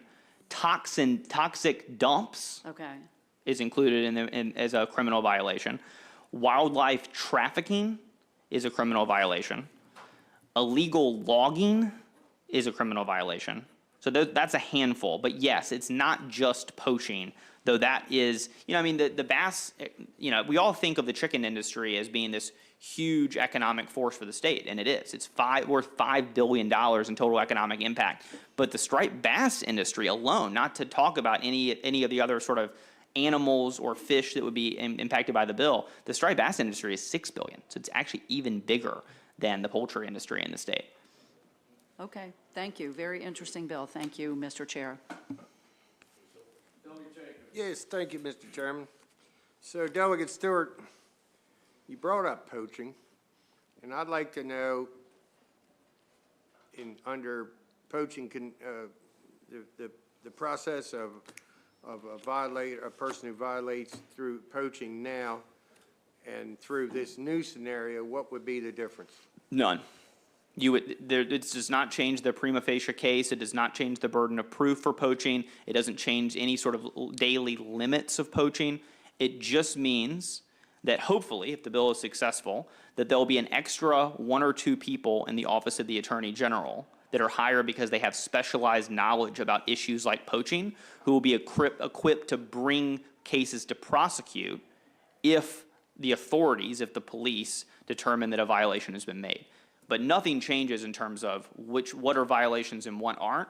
This just means that rather than being the bottom level priority of prosecution, maybe we'll actually go after people. Maybe we'll have the prosecutorial resources to go after people who are, big time violators. So if it's a first-time violator, and I'm not condoning poaching at all, believe me, but under today's scenario, there's administrative judge that's in the department. Yep. Then there's the civil court judge. Mm-hmm. How does this factor into that? As that moves along, how does this change it? So the civil process to go through DNR and the administrative law judges, obviously, we're not impacting that whatsoever. And there would be no civil jurisdiction that this unit would have at all. It would only be criminal prosecution. So we're really talking about the most serious cases. I actually mentioned this concern to Senator Bailey, this idea of, what if you got a one-time violator, they tripped up, they made a mistake. He said, we're just talking about basically 3 or 4 people in this unit. Prosecutorial resources are going to be still as more limited than he would like. And the cases they're going to be bringing are these huge, massive cases that may even end up bringing restitution back to pay for the unit itself in terms of fines. But we're not talking about little tic-tacky offenses here. We're talking about, I think the example that Senator Bailey used over on the Senate side was a couple poachers, I won't use their name, but they were caught exceeding their daily limit by hundreds and hundreds of pounds. And they ended up being brought to trial, and they faced fines of $400,000 each. But if you talk to some of these professionals, and of course you know this area far better than me, Delegate Jakes, but if you talk to some of these professionals, they say, for every one person who's prosecuted for these egregious violations, not ticky-tack stuff, but these egregious violations, there are another handful that go free, not because they weren't caught, but because we just don't have the prosecutors. Well, I disagree with that. I think the resources are there now in all those cases. I don't see anyone getting away with anything in that particular field. But let's go one more step in a different direction. So, we're both on the Conowingo caucus, and this involves environmental issues as well. So, is there anything in this legislation that would address any of the possible discharges into the bay? Yeah, I think the answer is, I thought about this issue too, because while the Conowingo Dam may not be at the very top of my mind, like right here, like it is for you, it is only like 3 or 4 notches down. So I thought about this too. I'm not a specialized prosecutor. I won't be taking a job in the OAG office to do this, so I'm not an expert. But I've gone through the code of what the violations are, and I think you could make a criminal case against some of what's happened with the Conowingo Dam. So I think the answer is yes. I'm not trying to pick on them specifically, but, just sort of that kind of behavior could absolutely could end up being a defendant with these new prosecutors. That's part of the environmental part of this legislation. Oh yeah, definitely. We're not just talking about poachers and hunters, even though I know I mentioned that as an example and that gets all the headlines or whatever. As I mentioned to Delegate Lehman, we're also talking about people who pollute the bay. The Ever Forward that ran aground last year in the bay, would that be a type of case? I'm not as familiar with the facts about what kind of criminal law that would fall into, so I don't want to go past my skis here. But it destroyed an oyster bed. Ran aground. Remember, it was on TV for. I do remember now. I would imagine that would also be something that could have faced for criminal prosecution as well. I mean, you have to prove intent, right? That's the difference between a civil violation oftentimes and a criminal violation. Is unless you have a strict liability crime, you've got to have some kind of what we lawyers call mens rea, which is you usually have to have intent to do it. And so that doesn't mean you can't be convicted of a crime with no intent. Like, for example, you intended to drink alcohol, and then if you crash into somebody, even though you didn't intend to crash, you intended to drink the alcohol, so you have the requisite mens rea to be convicted of DUI or harming someone while driving intoxicated. So it's the same issue here. If someone was unintentionally harming fish or animals, and it truly was an accident and they weren't under the influence, it's probably going to be hard to criminally prosecute them under this bill or any bill in America, no matter how many prosecutors you have. Generally, you're gonna require some kind of intent for these kind of crimes that we're talking about. And on the kind of Wingo issue, not to again single them out, clearly what they're doing to the bay is intentional. Well, that's for another discussion. But, you know, there's angst in the Waterman community Yeah. about, you know, another layer of legality, so to speak, that may be an additional fine or something extra being piled on top of the process that's already in place. So I just want you to understand there's anxiety there. The unknown factor is always a factor. No, and I respect that. I respect it completely. And I listened to the Waterman testimony over on the Senate side hearing, and I think they were mostly concerned with the civil aspect of this. So I'm hoping they'll feel a little bit better about the bill with the sponsor amendment now that it makes it clear that we're just talking about criminal prosecutions. But I have not. We'll see what they say, but I'm hoping that'll alleviate some of the fears you're talking about. Thank you for that, and we'll talk more offline. Sounds good. Thank you. Before I recognize the next person, this triggers a thought. A couple of years ago, 4 years ago, roughly, I passed a law that changed the burden of proof with respect to oil drilling off the coast of Maryland. And it changed the burden of proof in the sense that rather than placing the burden of proof on the injured parties in Ocean City, I placed the burden of proof on, say, ExxonMobil to prove that they were not negligent. In other words, we did that. We got rid of the supersedious bond, a clause limit. So given the fact that we've changed the law in that fashion, now that in the civil statute, the burden of proof is on the polluter rather than Ocean City, Maryland. Will that have an effect on on the criminal statutes, or will the burden of proof still be the same? It'll be the same. We can update our civil laws all we want. It wouldn't affect the criminal prosecution of this unit. And also, I would just be clear that I don't want to overstate what the bill does. None of the burdens of proofs or the fines or anything that you can currently be arrested for in Maryland, none of that's changing. We're just talking about right now there's a unit with one person in it, and instead with this bill, there are going to be 3 people. That's all the bill does. It's really not that radical. Okay, next question goes to Delegate Davis. Thank you, Mr. Chair. I have 2 questions. The first is, do you have any data on the numbers of arrests?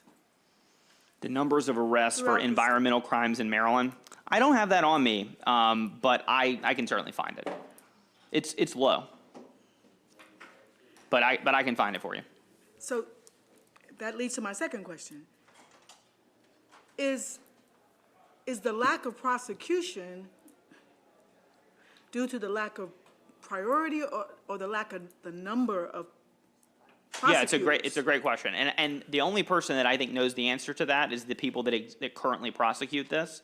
And those folks have been advised by Senator Bailey and I through the process. And they're telling us that despite the relatively low criminal violations, at least compared to like crimes in other areas, right? They're underwater.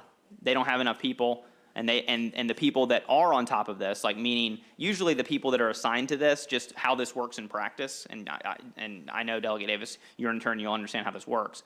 Usually, what happens is when a prosecutor's office, like a state's attorney's office, is usually responsible for this. The OAG right now is not criminally prosecuting a whole lot of these cases. DNR has civil jurisdiction. So we're basically just talking about state's attorney's offices. And right now what happens is people will be arrested, there will be a crime, but they don't have resources to bring them to trial. They don't have resources to pursue it. And when they do, it'll be like one single most junior attorney in the state's attorney's office who literally just got out of law school, who they say, all right, you're going to get the fish crime. And it's just not taken seriously. And I think that the conversations I've had with folks in the state's attorney's office, they recognize that. You know, what's interesting is the Senate just debated a bill the other day giving the attorney general new powers. And the state's attorney's office across the state came out guns blazing. They said, how dare you, and I'm sure you're familiar with this dynamic from your years on judiciary. They were like, how dare you? You know, this is our bread and butter. How dare you give this authority away to the Attorney General's office? You'll note in your committee packet today, not a single state's attorney's office in the state submitted testimony on this bill, which to me says all you need to know about the priority. They have no problem. They're not being parochial at all. They have no problem at all giving away some of their ability here to the Office of Attorney General because this is such a low priority for them.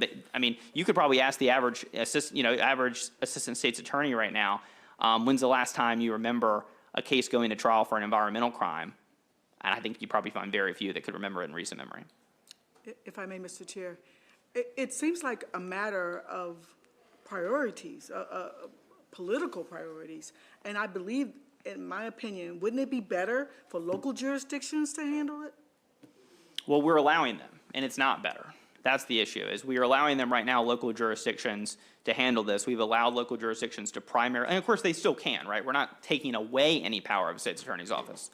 You know, they can still do this if they want to continue doing what they've been doing, or if they want to beef it up on themselves. You know, if the Montgomery County state's attorney, for example, decides tomorrow, like, hey, you know what, I'm going to hire some more people and create an environmental unit for myself. Nothing in this bill prevents it. So it's not exclusive jurisdiction to the Oh, no, Attorney General? no, absolutely not. It's not exclusive. It just codifies the power that the OAG already thought it had, and then it beefs up the office by 2 people. So again, I don't mean to overstate how radical this is. It's not. The state's attorneys can still do their job. It's just a couple of extra people helping them in the OAG's office, and they'll work together. You know, they're not going to be fighting or feuding over the territory here. They each have jurisdiction over these issues. OAG had jurisdiction before the bill, and they'll have it whether we pass the bill or not. It's just an issue of, do we want one person in the OAG's office who's overworked, or do we want 3 people in the OAG's office to make sure that all these environmental laws that we keep passing are enforced? Thank you. Thanks. It's 4 o'clock. We're going to have 2 more questions, then we're going to go to the opponents of the bill. Delegate Stein. Thank you, Mr. Chairman. 2 quick questions. Delegate, it sounds like you're saying that the cases have already been made, the legwork has been done in these violations. You just need a lawyer to prosecute them. In a lot of cases, yes. I mean, sometimes they don't do the legwork because they know they're not going to have the prosecuting capacity to take them. And yes, in some cases, the state's attorney's office and local law enforcement will be the one doing all of the work. And then they'll be like, all right, who's going to prosecute this case? And there's no one to be found. Okay. And my second question is, if this bill passes, do you think Dick Wolf will be calling you up to do law and order, environmental crimes? Dum-dum. Yes. I can only hope, Mr. Chair. We And that look sounds forward like to seeing you on TV. Sounds like a Yes. good skit. Sounds like a good skit idea too. But yes, I can only hope, and I will certainly update the committee if that happens. Please do. Thank you, Mr. Chair. Delegate Stewart, well, good news. The MBIA, although they came in opposed at the end of their testimony, they say request a favorable report. Oh, we already flipped one. One down, one to go. Yeah, but I guess my question would be, number one, I see that the Office of the Attorney General said they've been working with you on amendments, but they still have not yet produced them. Wondering if you're now, the end result, okay with all that they're proposing in the amendments? Yeah, I can't remember exactly. The timing of this in the last couple of days has been sort of frenetic, working with them to making sure we were all prepared for the hearing, because the Senate hearing was yesterday. I can't remember the exact timing, but I think when they submitted their written testimony, maybe it hadn't all been agreed to, but we have saying kumbaya now with the OAG. They're excited about the bill. Attorney General Anthony Brown spoke to Senator Jack Bailey the other day. He's really excited about the bill. He wants the bill.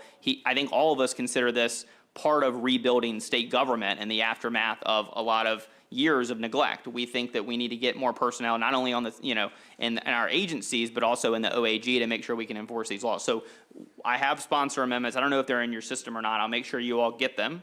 But I agree with them. The AG's office agrees with them. It sounds like MBIA, thanks to Ms. Graff, also agrees with them now.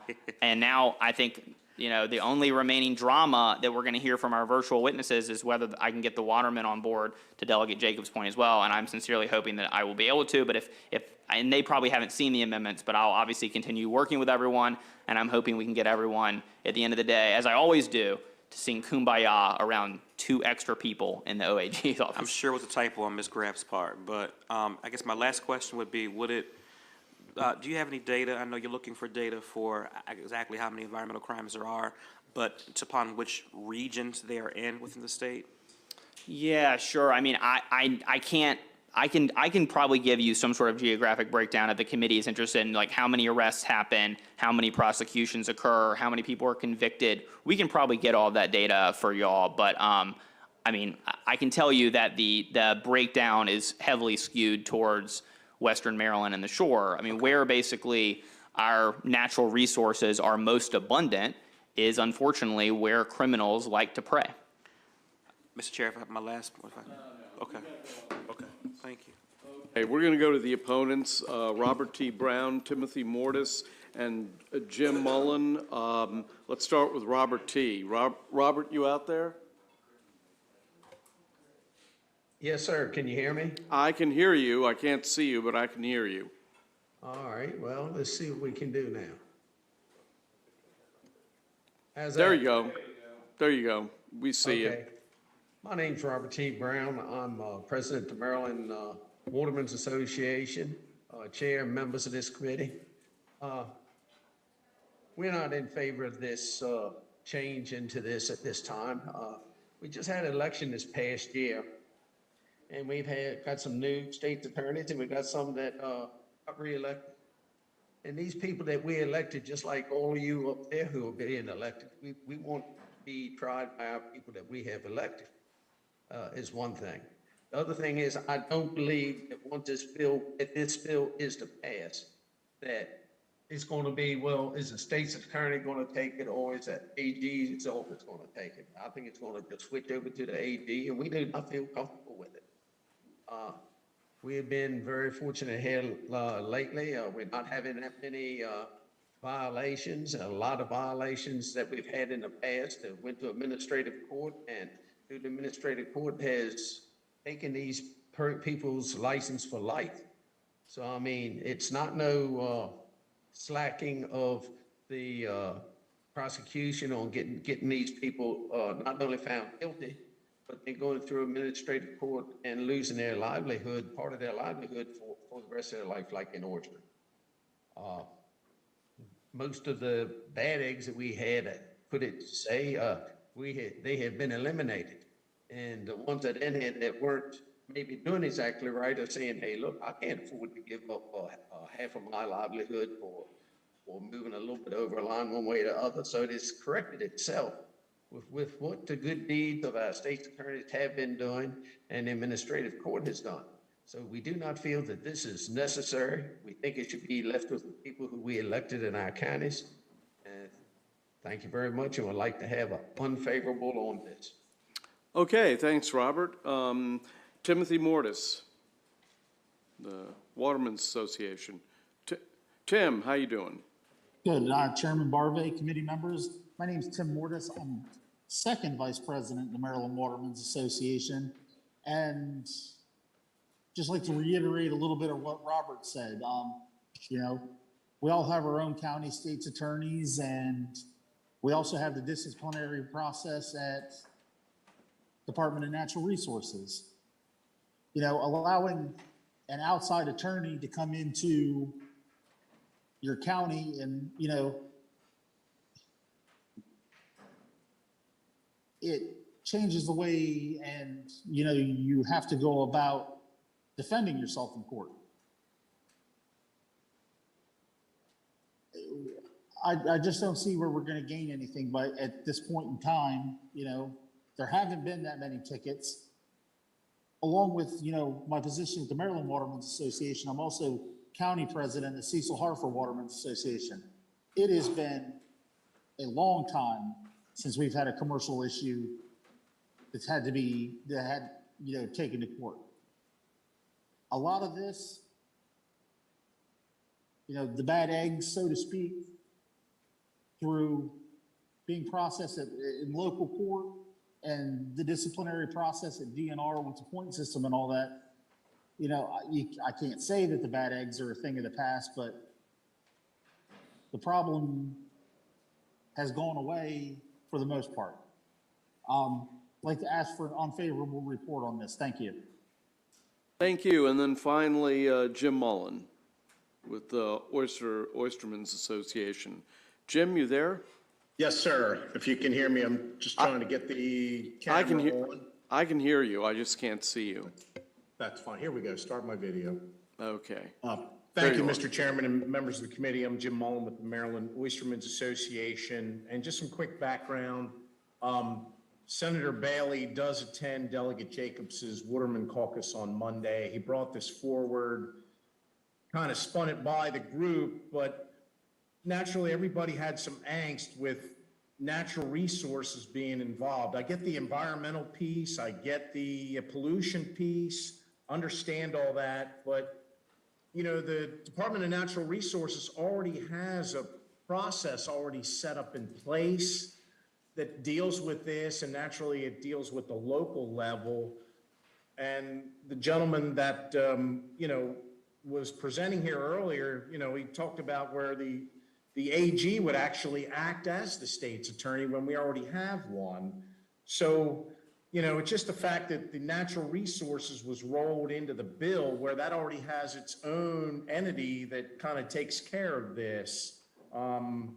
So I'm just hoping that maybe, you know, with regard to interpretation of the bill as well, if we have somebody that's being tried at the local level and then they can turn around and be tried at the state level, you know, if that involves double jeopardy here. So for that case, I'm either hoping we can amend this bill a little further and work with the sponsors on it, just to put some of this heartburn at rest. So with that, at the present time, we haven't seen any amendments. That's why we're in opposition. But in closing, you know, we already have a mechanism set up through the Department of Natural Resources to deal with violators. Thank you. All right, we have a question, Delegate Boyce. Thank you so much, Mr. Chair, and thank you, gentlemen, for your testimony. I guess I'm a little confused. Why wouldn't you want the AG's office to have more help to be able to help the local states folks when there is a criminal violation to clear it up and quickly versus later, right? So it sounds like to me the only thing the bill does is provide more help at the state level to be able to team up with local levels to essentially eradicate some of these issues a lot more quickly, and I would dare say even a little bit more efficiently as it relates to environmental and natural resources crimes. Can I field that one? Yes, Sure. please. This is Tim. Okay, go ahead. We would like this to be tried by our local elected officials, not someone from outside. We elect these people to handle this. We really don't want to put it in the hands of someone outside that. We elect the Attorney General as well as a state, as a state. He's an elected official as well, elected by you or maybe not, but still they have a responsibility to serve everyone regardless of. Right, that we understand that, but you know, like we want to keep it on the local level with our local elected officials. I hear you, and I want to reflect that I hear you saying that you feel like you have a system. I guess I'm just asking the objection to having help, not necessarily a takeover, but a little bit more capacity to take care of these issues when they do arise a bit quicker, given the fact that to some of our colleagues' testimony that it doesn't seem to be a priority because maybe other priorities kind of trump it, but if there was a little more help, it could be potentially at the same level priorities of the other issues and cases that we have, not only at the state and local level. So it sounds like to me it's help, not a hindrance. So I just want to put that out there. Mr. Chairman, can I speak? Sure, go ahead. This is Robert T. Brown, President of the Maryland Waterman Association. And it's not the thing of help, it's where is it going to be directed to? It's going to be directed to the Attorney General's office and their staff and our state. We feel that our state elected officials, it's not going to go to the state's attorney. It's going to go right straight to the Attorney General. And Right now, as far as it goes, if it's a real gross case, the state's attorney general can come in and take it away from the state. We would still like to keep this down with our local elected officials that we voted for at this last election. And we got the administrative court, and it's a system that's working. It's not broke, so we don't have to fix it. All right, I think that's the final question. Thank you so much, one and all. That concludes the public hearing on House Bill 874. Let's go to House Bill 900, Delegate Kerr. And please feel free to bring up your witnesses.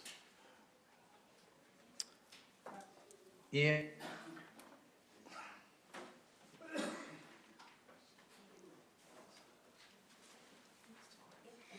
We're going to have subcommittees, and then I'm going to have my leadership group after subcommittees, just to keep it into perspective for all of you. Good afternoon, Mr. Chairman. Yeah. Good afternoon, Delegate Kerr. This is also my final bill of the legislative session, and I chose to spend it with you. Oh, well. We feel honored. So Delegate Ken Kerr, I'm here with HB 900, Occupational Safety and Health, Public Buildings, Indoor Air Quality. And you know that you take 20,000 breaths every day that go through your lungs and give your bodies the life-sustaining gas of oxygen. And we want all of those breaths to be as clean and pure as possible. When we think of air pollution, we tend to think of outdoors, but Americans spend 90% of their time indoors, such as we're doing now. So NIH did some research that found that indoor air quality affects human health and well-being.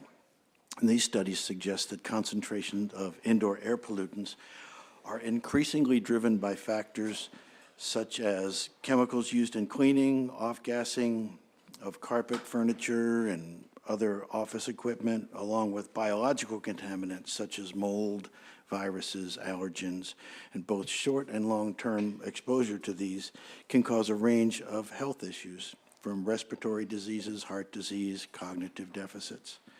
In 1986, the World Health Organization coined the term sick building syndrome. And sick building syndrome includes things like cough, chest pains, shortness of breath, pregnancy problems, Legionnaire's disease, pneumonia, occupational asthma, and there's a flu-like illness called Monday fever. So one of the main methods of addressing indoor air quality is to ensure proper ventilation, and HB 900 requires the Commission of Labor and Industry to adopt a comprehensive indoor air quality standard for public buildings. There are amendments that you should have on your floor system. Please consider them sponsor amendments. And my panel will go into greater detail what this bill does and respond to any questions. But first, Mr. Chairman, if I may call on Rhonda Lineski. She has a job she has to get to, so I'd like you to hear from her first. Sure, that would be fine.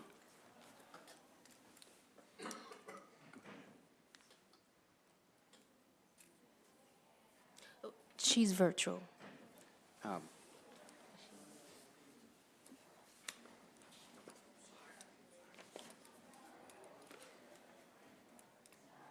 Ms. Linichewski, is she here virtually?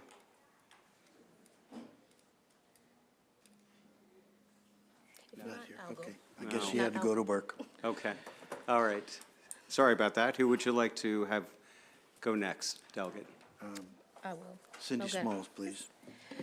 Thank you, Mr. Chairman, members of the committee. My name is, for the record, my name is Cindy Smalls. I'm with ASME Council 3, representing state employees and higher ed employees across Maryland.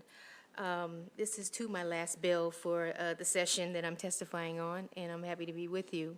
I want to first thank Delegate Kerr for this very important bill. We've been talking about indoor air quality and the status and of our buildings around the state.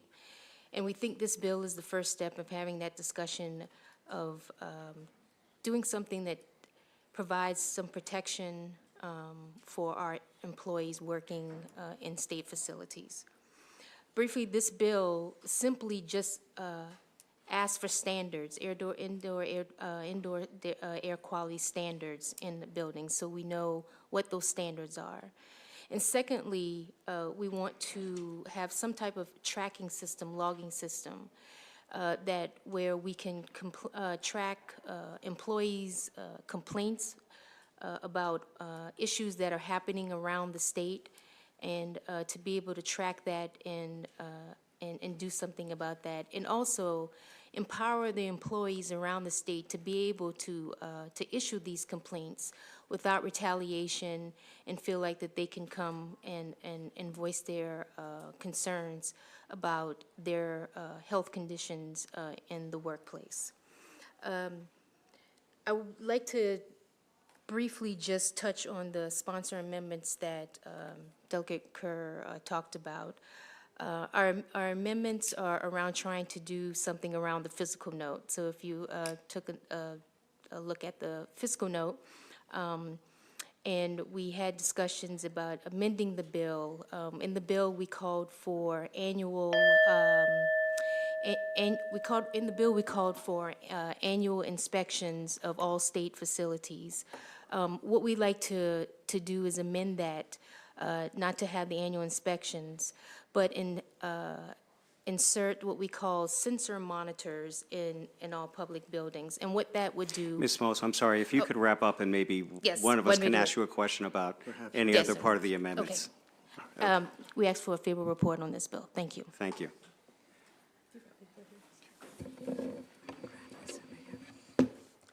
Good afternoon, Chairman, Vice Chair, members of the committee.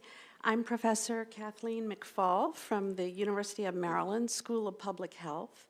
I'm also a registered nurse with over 30 years' experience taking care of people with work-related health complaints. I teach occupational health.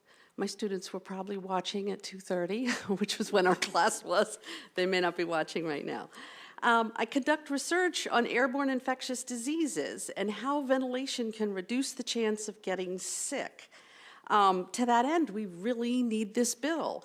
I think we don't know what we don't know, at least that's in terms of the public. I endorse the section of the bill that calls for employee input, worker training, employee health complaint logs, and access to testing results.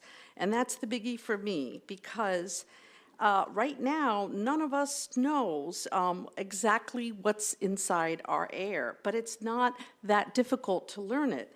So, for example, in my building at the School of Public Health, when the students came back after lockdown, we were told that the ventilation had been improved.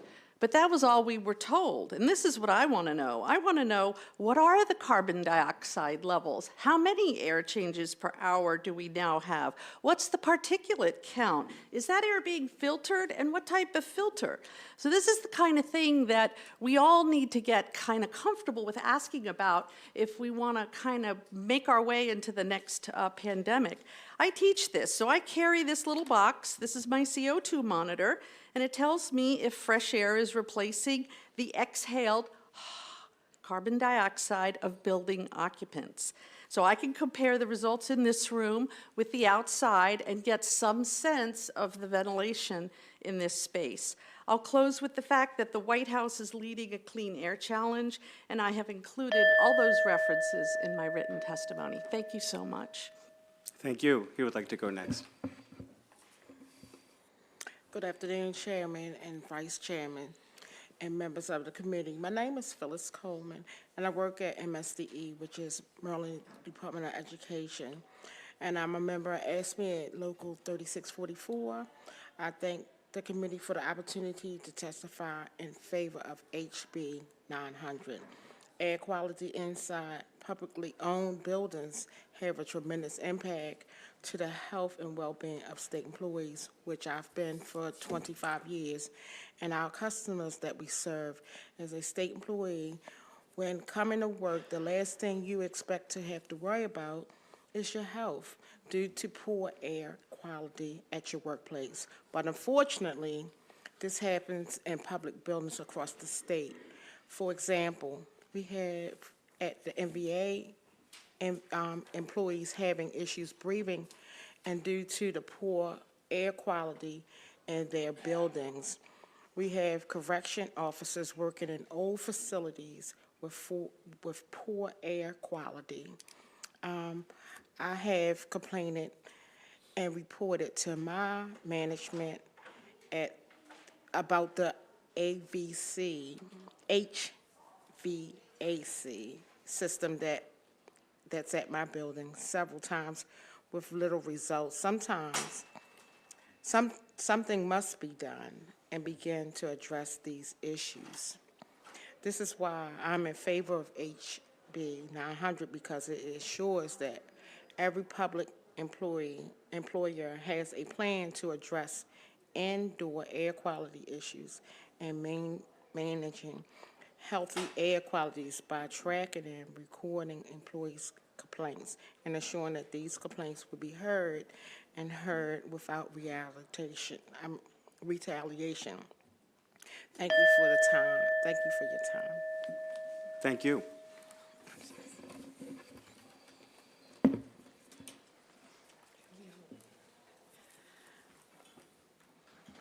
Thank you.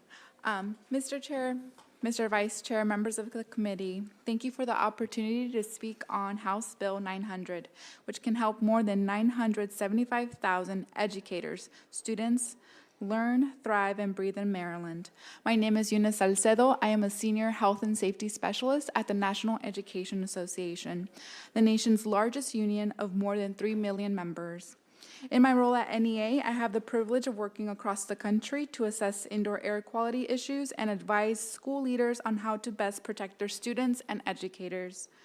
I am here today to urge your committee to become champions for school health and to cement Maryland as a leader in protecting its students from pollutants, pathogens, and disease. It is vital to understand that the breadth of the indoor air quality crisis we face across all of America's schools.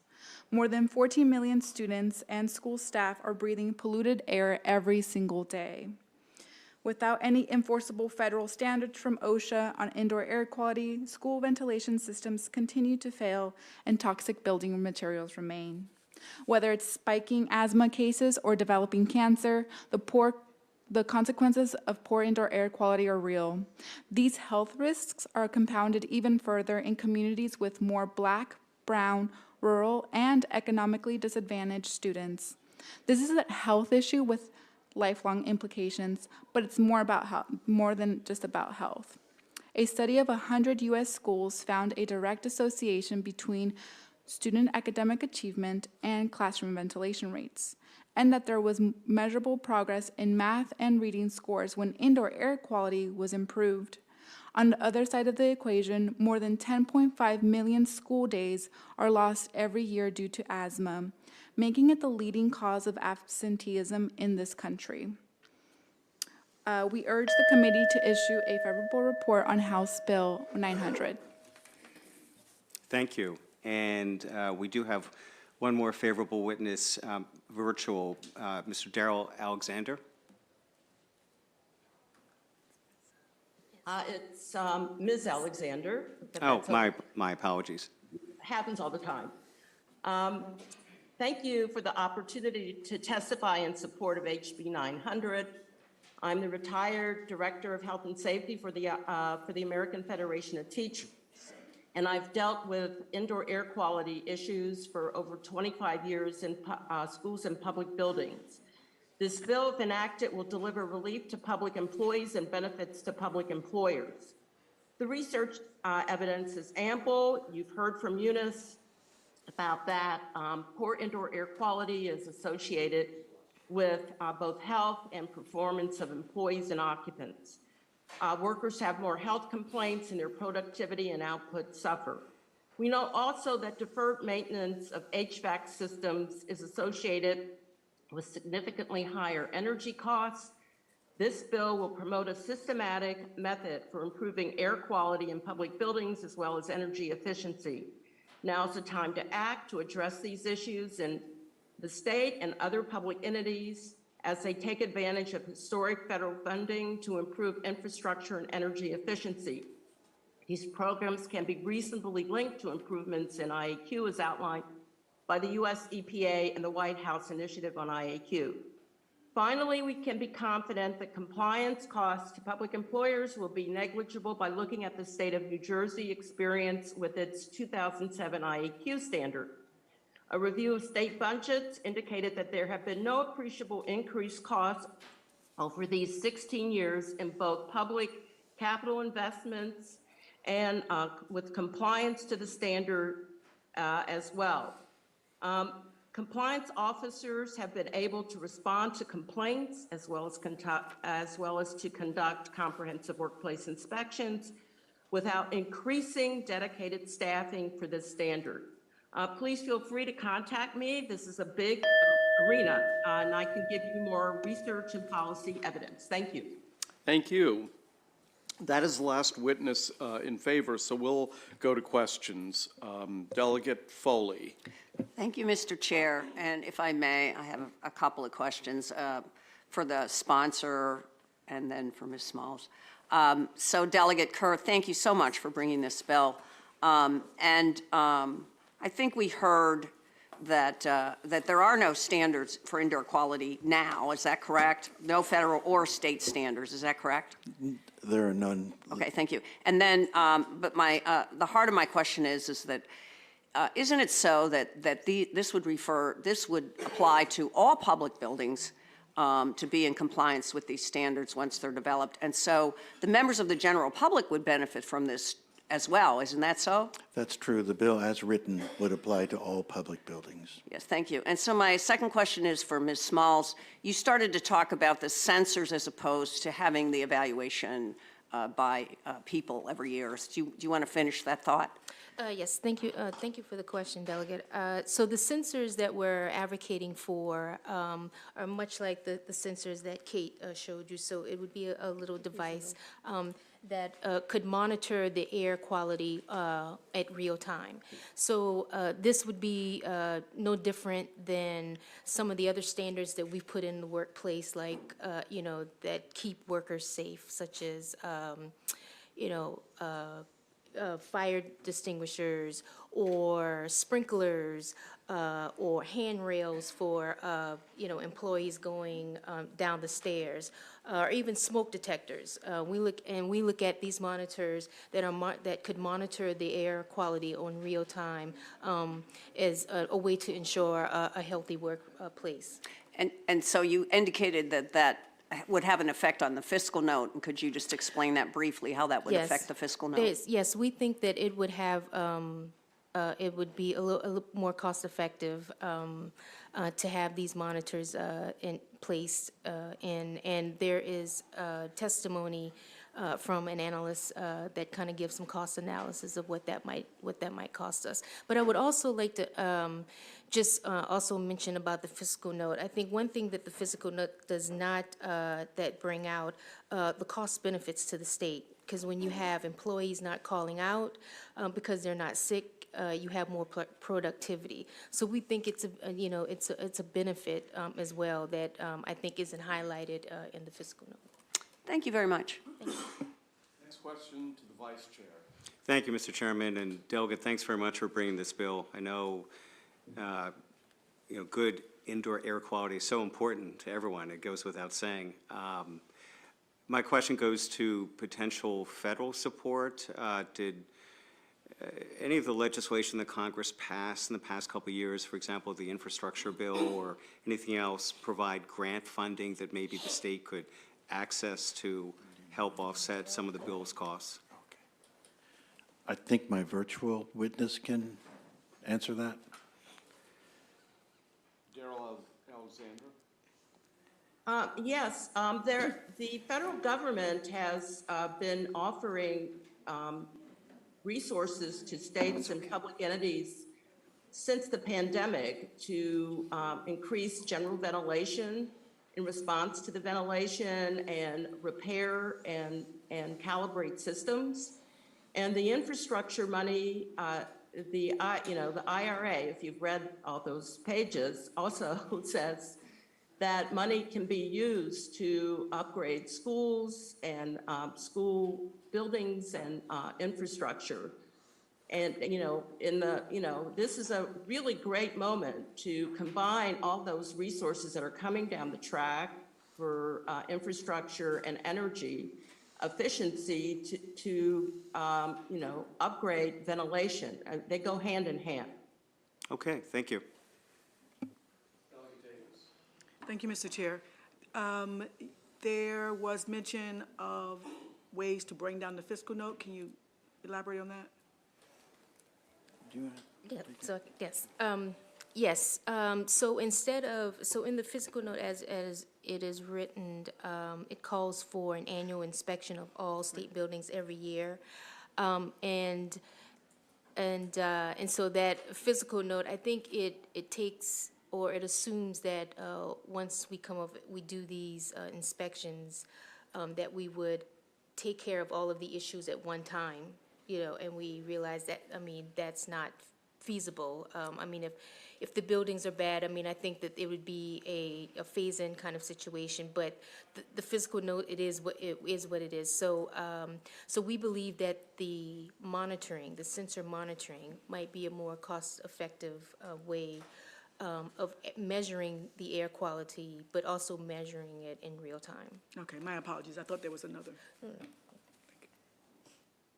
Okay, that's the last question. Thank you very much. One person is signed up in opposition, Brianna January with MACO, and she is there and she is virtual. Brianna, welcome to the committee. You have 2 minutes.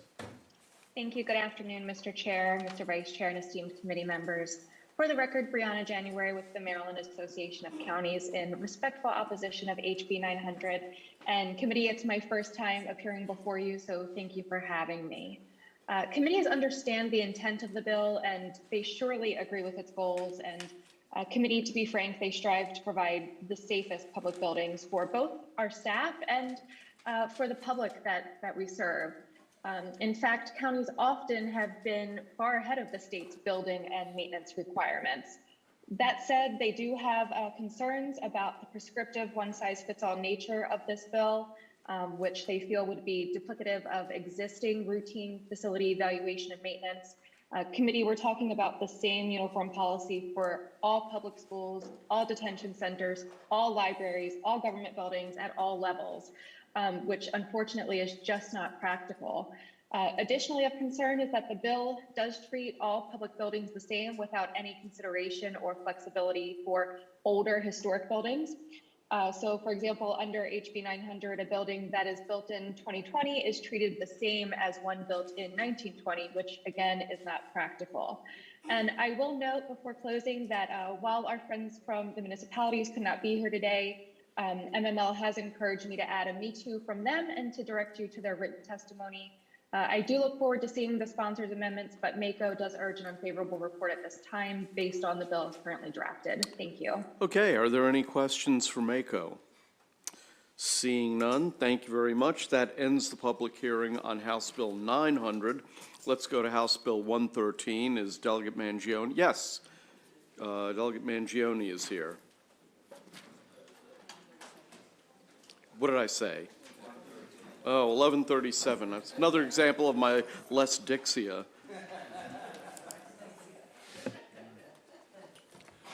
It had me a little confused, but thank you, Mr. Chair, and thank you, members of the committee, for allowing me to present to you HB 1137.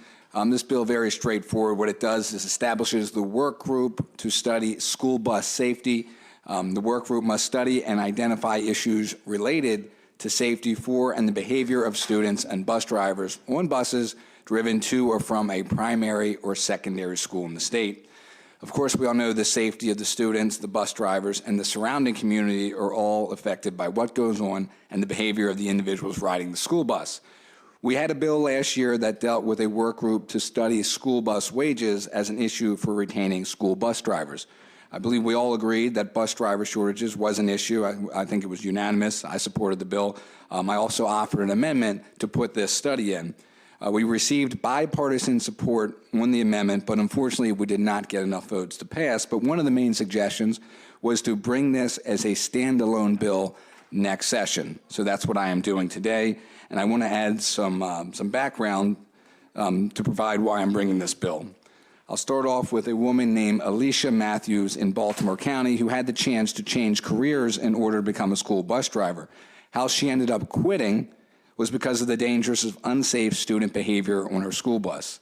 Even with multiple incidents, she reported she filed along with asking for help from administration all the way up to Baltimore County's Board of Education. Her concerns fell on deaf ears. While doing some research to see if this was a situation limited to Baltimore County, I found that it is not, and it is not in fact an isolated incident. In November of last year, a group of bus drivers in Cecil County came together to argue that student behavior on buses is a safety hazard. The concerns of these bus drivers closely mirror the complaints from Ms. Matthews that rules are not followed consistently throughout county schools and that reports of bad behavior are not followed up on in a timely manner. One Cecil bus driver, Mr. Clay Freeze, says there have been multiple fights on his bus last year with students getting off with too small of a punishment. He reported another student, while suspended from school due to fighting, threw firecrackers at the bus entrance. It was reported, but the student received no additional disciplinary actions beyond their additional suspension. It goes on further. I have an entire list here of different examples, but I did want to just, I know time's running out here, read from specifically an email I received from a Baltimore County teacher that said, bus driver, that I'm so happy to see that you are trying to do something about this. I want to tell you that you are absolutely right.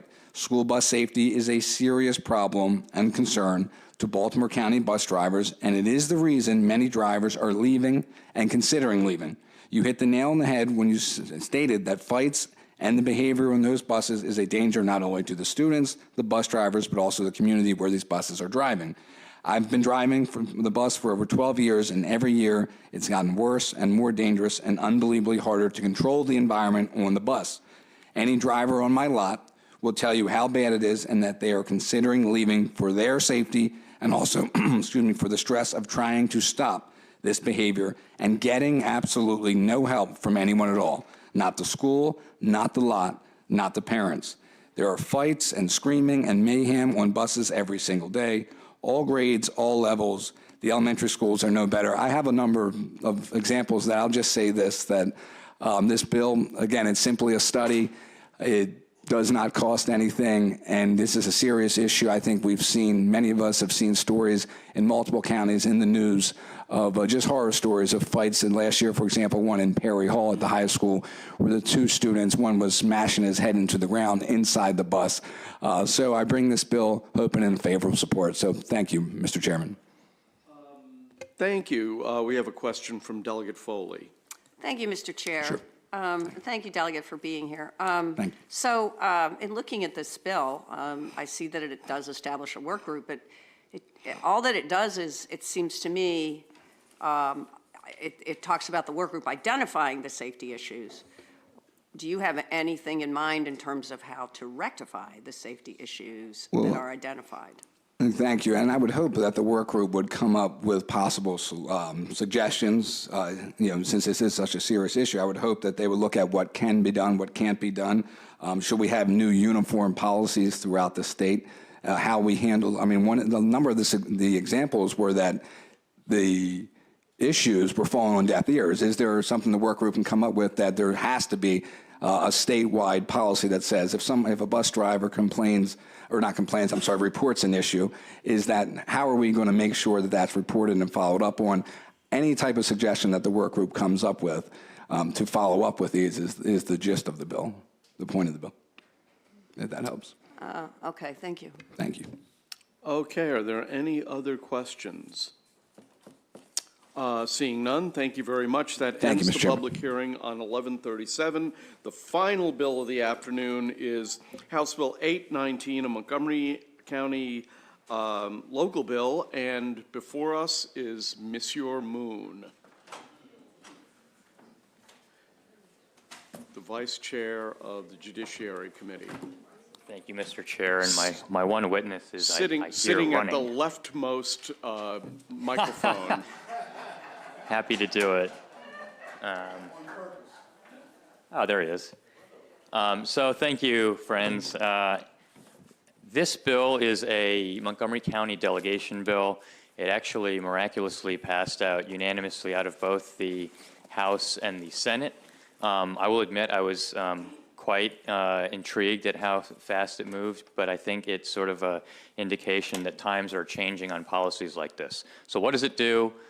It simply says that we are going to override Montgomery County's rule that within a quarter-mile of a Metro or future Purple Line station, the county requires the construction of parking units to go with housing.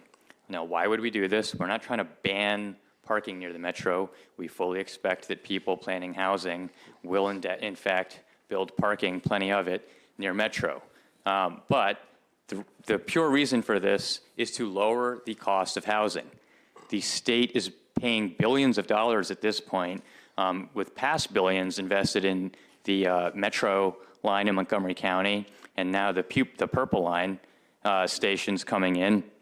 And Montgomery County currently requires, depending on the type of unit, generally you have to have a parking spot for every bedroom that you're creating. And so why is this a problem? If you're talking about an apartment building that's right next to a metro station, these are urban environments. It is very expensive if you're forced to build underground parking. In Montgomery County, the rules generally say if you're building a single-family home, you have to have at least 2 parking spots, and if it's a condo or apartment building, you generally need a unit, a parking spot per unit, generally. So those are basically the rules.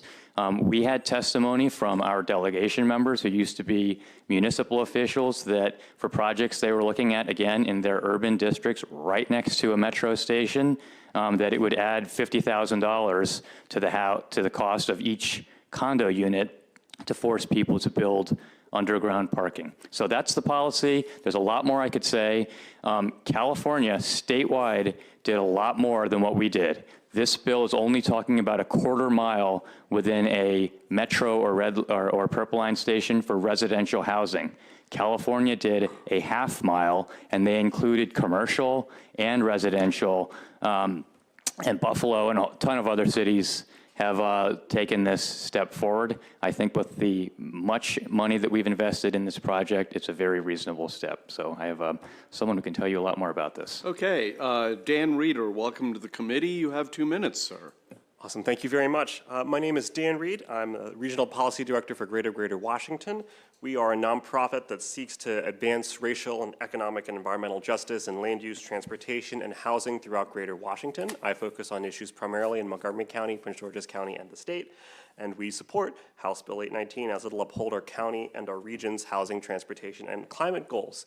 I sent my written testimony to y'all yesterday, so I'm going to briefly go off of that for a second. For a decade, I worked as a transportation planner for consulting firms that worked all over the country, and we worked on several studies in Montgomery County and in Arlington County, Virginia, looking at travel use in apartment buildings, ranging from senior facilities to affordable housing to high-end luxury buildings. And the #1 indicator we saw in whether the residents of these buildings drove more was their proximity to a metro station. It's not surprising that people living in an apartment complex 4 miles from the train drove more. If you lived closer to the station, you might still bring a car with you, but you drove a lot less. And when we spoke to leasing agents and property managers for a lot of these buildings, these are all relatively recently built complexes, they generally had a lot of excess parking that their tenants were not using. And even if their tenants brought a car, they weren't driving them. I can speak from personal experience. I lived in a condo building literally on the same block as the Silver Spring Metro Station, so close that my balcony was covered in soot and from the trains. We had a structured parking garage in our complex, and I'd say probably 2/3 of it was full at any given time, right? I had a car, I didn't use it very much because I didn't have to. And it probably would have saved me money if I didn't have to pay for that parking space. So I think this bill is just good policy, and we have proof showing that it would help. So. Okay, thank you very much. First question goes to Delegate Healy. Thank you very much. And by the way, this is a bill that has no opponents. Cool. And I just wanted to make sure that this is listed as sponsored by the Montgomery delegation and the Prince George's delegation because it's a bi-county bill, but it only affects Montgomery County. Is that correct? That is correct. We certainly wouldn't want to speak for your delegation. And I know that's the case because we voted up for it in the Prince George's delegation, and you have the support from both counties. But I just get on the record that this bill only affects Montgomery County. Thank you. Okay, next question goes to Delegate Terraza. Thank you, Mr. Chairman. And so Delegate Boone, I know what TODs look like in Howard County, but I don't know what they look like in Montgomery County. Are those all connected to a transportation system that can get people to doctors, to school, to all those other things? Are all your TODs connected in that way? Well, I can tell you for the areas impacted by the bill, I'm going to definitely say yes. I mean, you're talking about basically red line metro stations in Montgomery County, and most of the Purple Line stations, I mean, some of them are in, not commercially developed areas. But the whole point of the project is that they'll get you to exactly what you're talking about relatively quickly. That was the purpose of the Purple Line, that you would, be able to take a quick light rail hop over to a commercial district if you needed. So, okay, but I'll ask you the rest offline, but I'm just trying to understand. How would you can you get to doctors and school and all that? If you on live those next, lines? if you live in one of the properties defined in the bill, meaning a quarter mile from a Metro or Purple Line station, you certainly will be, and this is when the Purple Line opens, but you certainly will be able to get to all the sets of common amenities you're describing in a very short amount of time. Yes. I think this is implied in what you're asking. This would not ban parking and it wouldn't prevent people from using cars. Developers would be free to build parking on their properties. In fact, many will still choose to do that.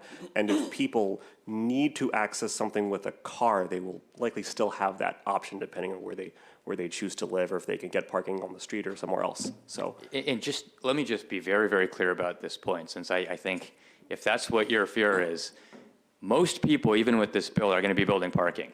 I don't think you're going to see even, I would be shocked if you'd see someone trying to build a zero parking unit building. Again, this I hate to be pushing arguments that my friends on the right might make, but this is essentially a deregulation bill that allows the market to decide how many parking spots there should be in a building. And the reason why it's important is that if the county says it's a very specific number, you are forcing a certain math and logic on what the unit count for that building is going to be, whether it's viable even with that unit count, or you're adding to the unit cost. So these are things that the county's forcing it to go in a certain direction. Must have 2 spots for every 2-bedroom condo unit. Well, that guarantees that developer then either has to pay for a certain amount of underground parking, or if they only have a certain amount of capital, they can only build so many units. So that's really the dynamic that this bill is trying to get at. It's to stop the county from forcing those decisions. Let the people decide what they want to do. It's right next to a metro station, so it's not that important how they answer it. That was why we did this. Okay, thank you. Yep. Okay, and for this local bill that has no opponents, Delegate Morgan. So I'm from St. Mary's County. Yeah. Just for fun. So the Bethesda stations are on Wisconsin Avenue. And the reason I know about this because my son's apartment's there and I can look down at the hole when I go visit him twice a year. So that place is really well developed. I mean, I don't think there's any off-street parking possible within a quarter mile of that station. So what does that do for anybody that wants to use that station for parking? How do you park to get to that station? So there's a ton, there's in Silver Spring, I mean, that's the other large urban area in Montgomery County. In these places, it's pretty consistent that you see that parking is overbuilt. I mean, I'll just give the classic example I always give. In Washington, D.C., right as the urban boom was beginning, the famous 14th Street, Columbia Heights station was a very low-rise neighborhood. And in the middle of nowhere, a giant city emerged almost overnight. The city at the time had that old school thinking about parking requirements and made the Target development there put in a lot of underground parking. The debt service on that was huge because they had to finance a very expensive underground dig to get the required amount of parking. it was not yielding the revenue. And so the city, I think, was in partnership on that project and ended up losing lots and lots of money trying to figure out odd things to do with, built out land two stories underground. Should we put a bowling alley or something in there? And they were left with the consequences of that. And so I think it's very important to think about how these parking requirements change how much a developer needs to finance a project, and again, what resources they need to bring to the table. It's already overbuilt, trust me, there's plenty of data on that. Could you clarify that bill refers to only residential parking? Correct, residential. So you could still build a public parking garage in Bethesda for someone who wanted to drive in and take the train? Right. And I mean, again, this is a local bill. We could go longer on it, but we also have urban parking districts in Montgomery County that sort of fill in the gaps. Okay, thank you so much.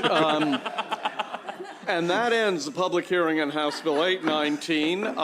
Thank you. Now, before we have announcements, I just want to remind everybody that the committee party is March 23rd at 6 p.m. at Federal House. The fee is $110 per. And we will be having the typical gift exchange where you draw somebody's name out and you secretly buy a funny gift that doesn't cost very much money. It's like 20, right? $20, Yeah. Yeah, in the neighborhood of $20, and so you'll go. I guess Trish will have the thing full of names, so go draw a name, and so that's that. So yes, Delegate Lehman. Yeah, and just to emphasize, not a mean gift, but a funny gift. A funny gift, right? Like, so for example, for Delegate Allen, hair color would not be appropriate, so. For me, though, okay. For me, though, it's okay. So, in any case, okay, announcements. So, Delegate Ciliberti. Yesterday, Mr. Chairman, of course, I've known you into the last century. That's right. That's correct.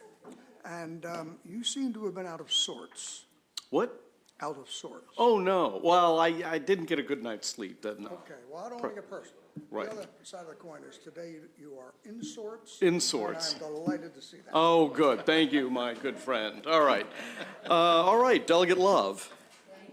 Hold on. Whoop. There we go. Thank you, Mr. Chair. Motor vehicles will meet, can we say 5:10, and may I have an hour? Sure. Wow, okay, if you want to do that much work, yeah, sure. To 6:10, okay. Yes, please. Okay. All right. Any other announcements? Okay, I guess that means the leadership group is going to meet at 6:15. And we will vote tomorrow. Class dismissed.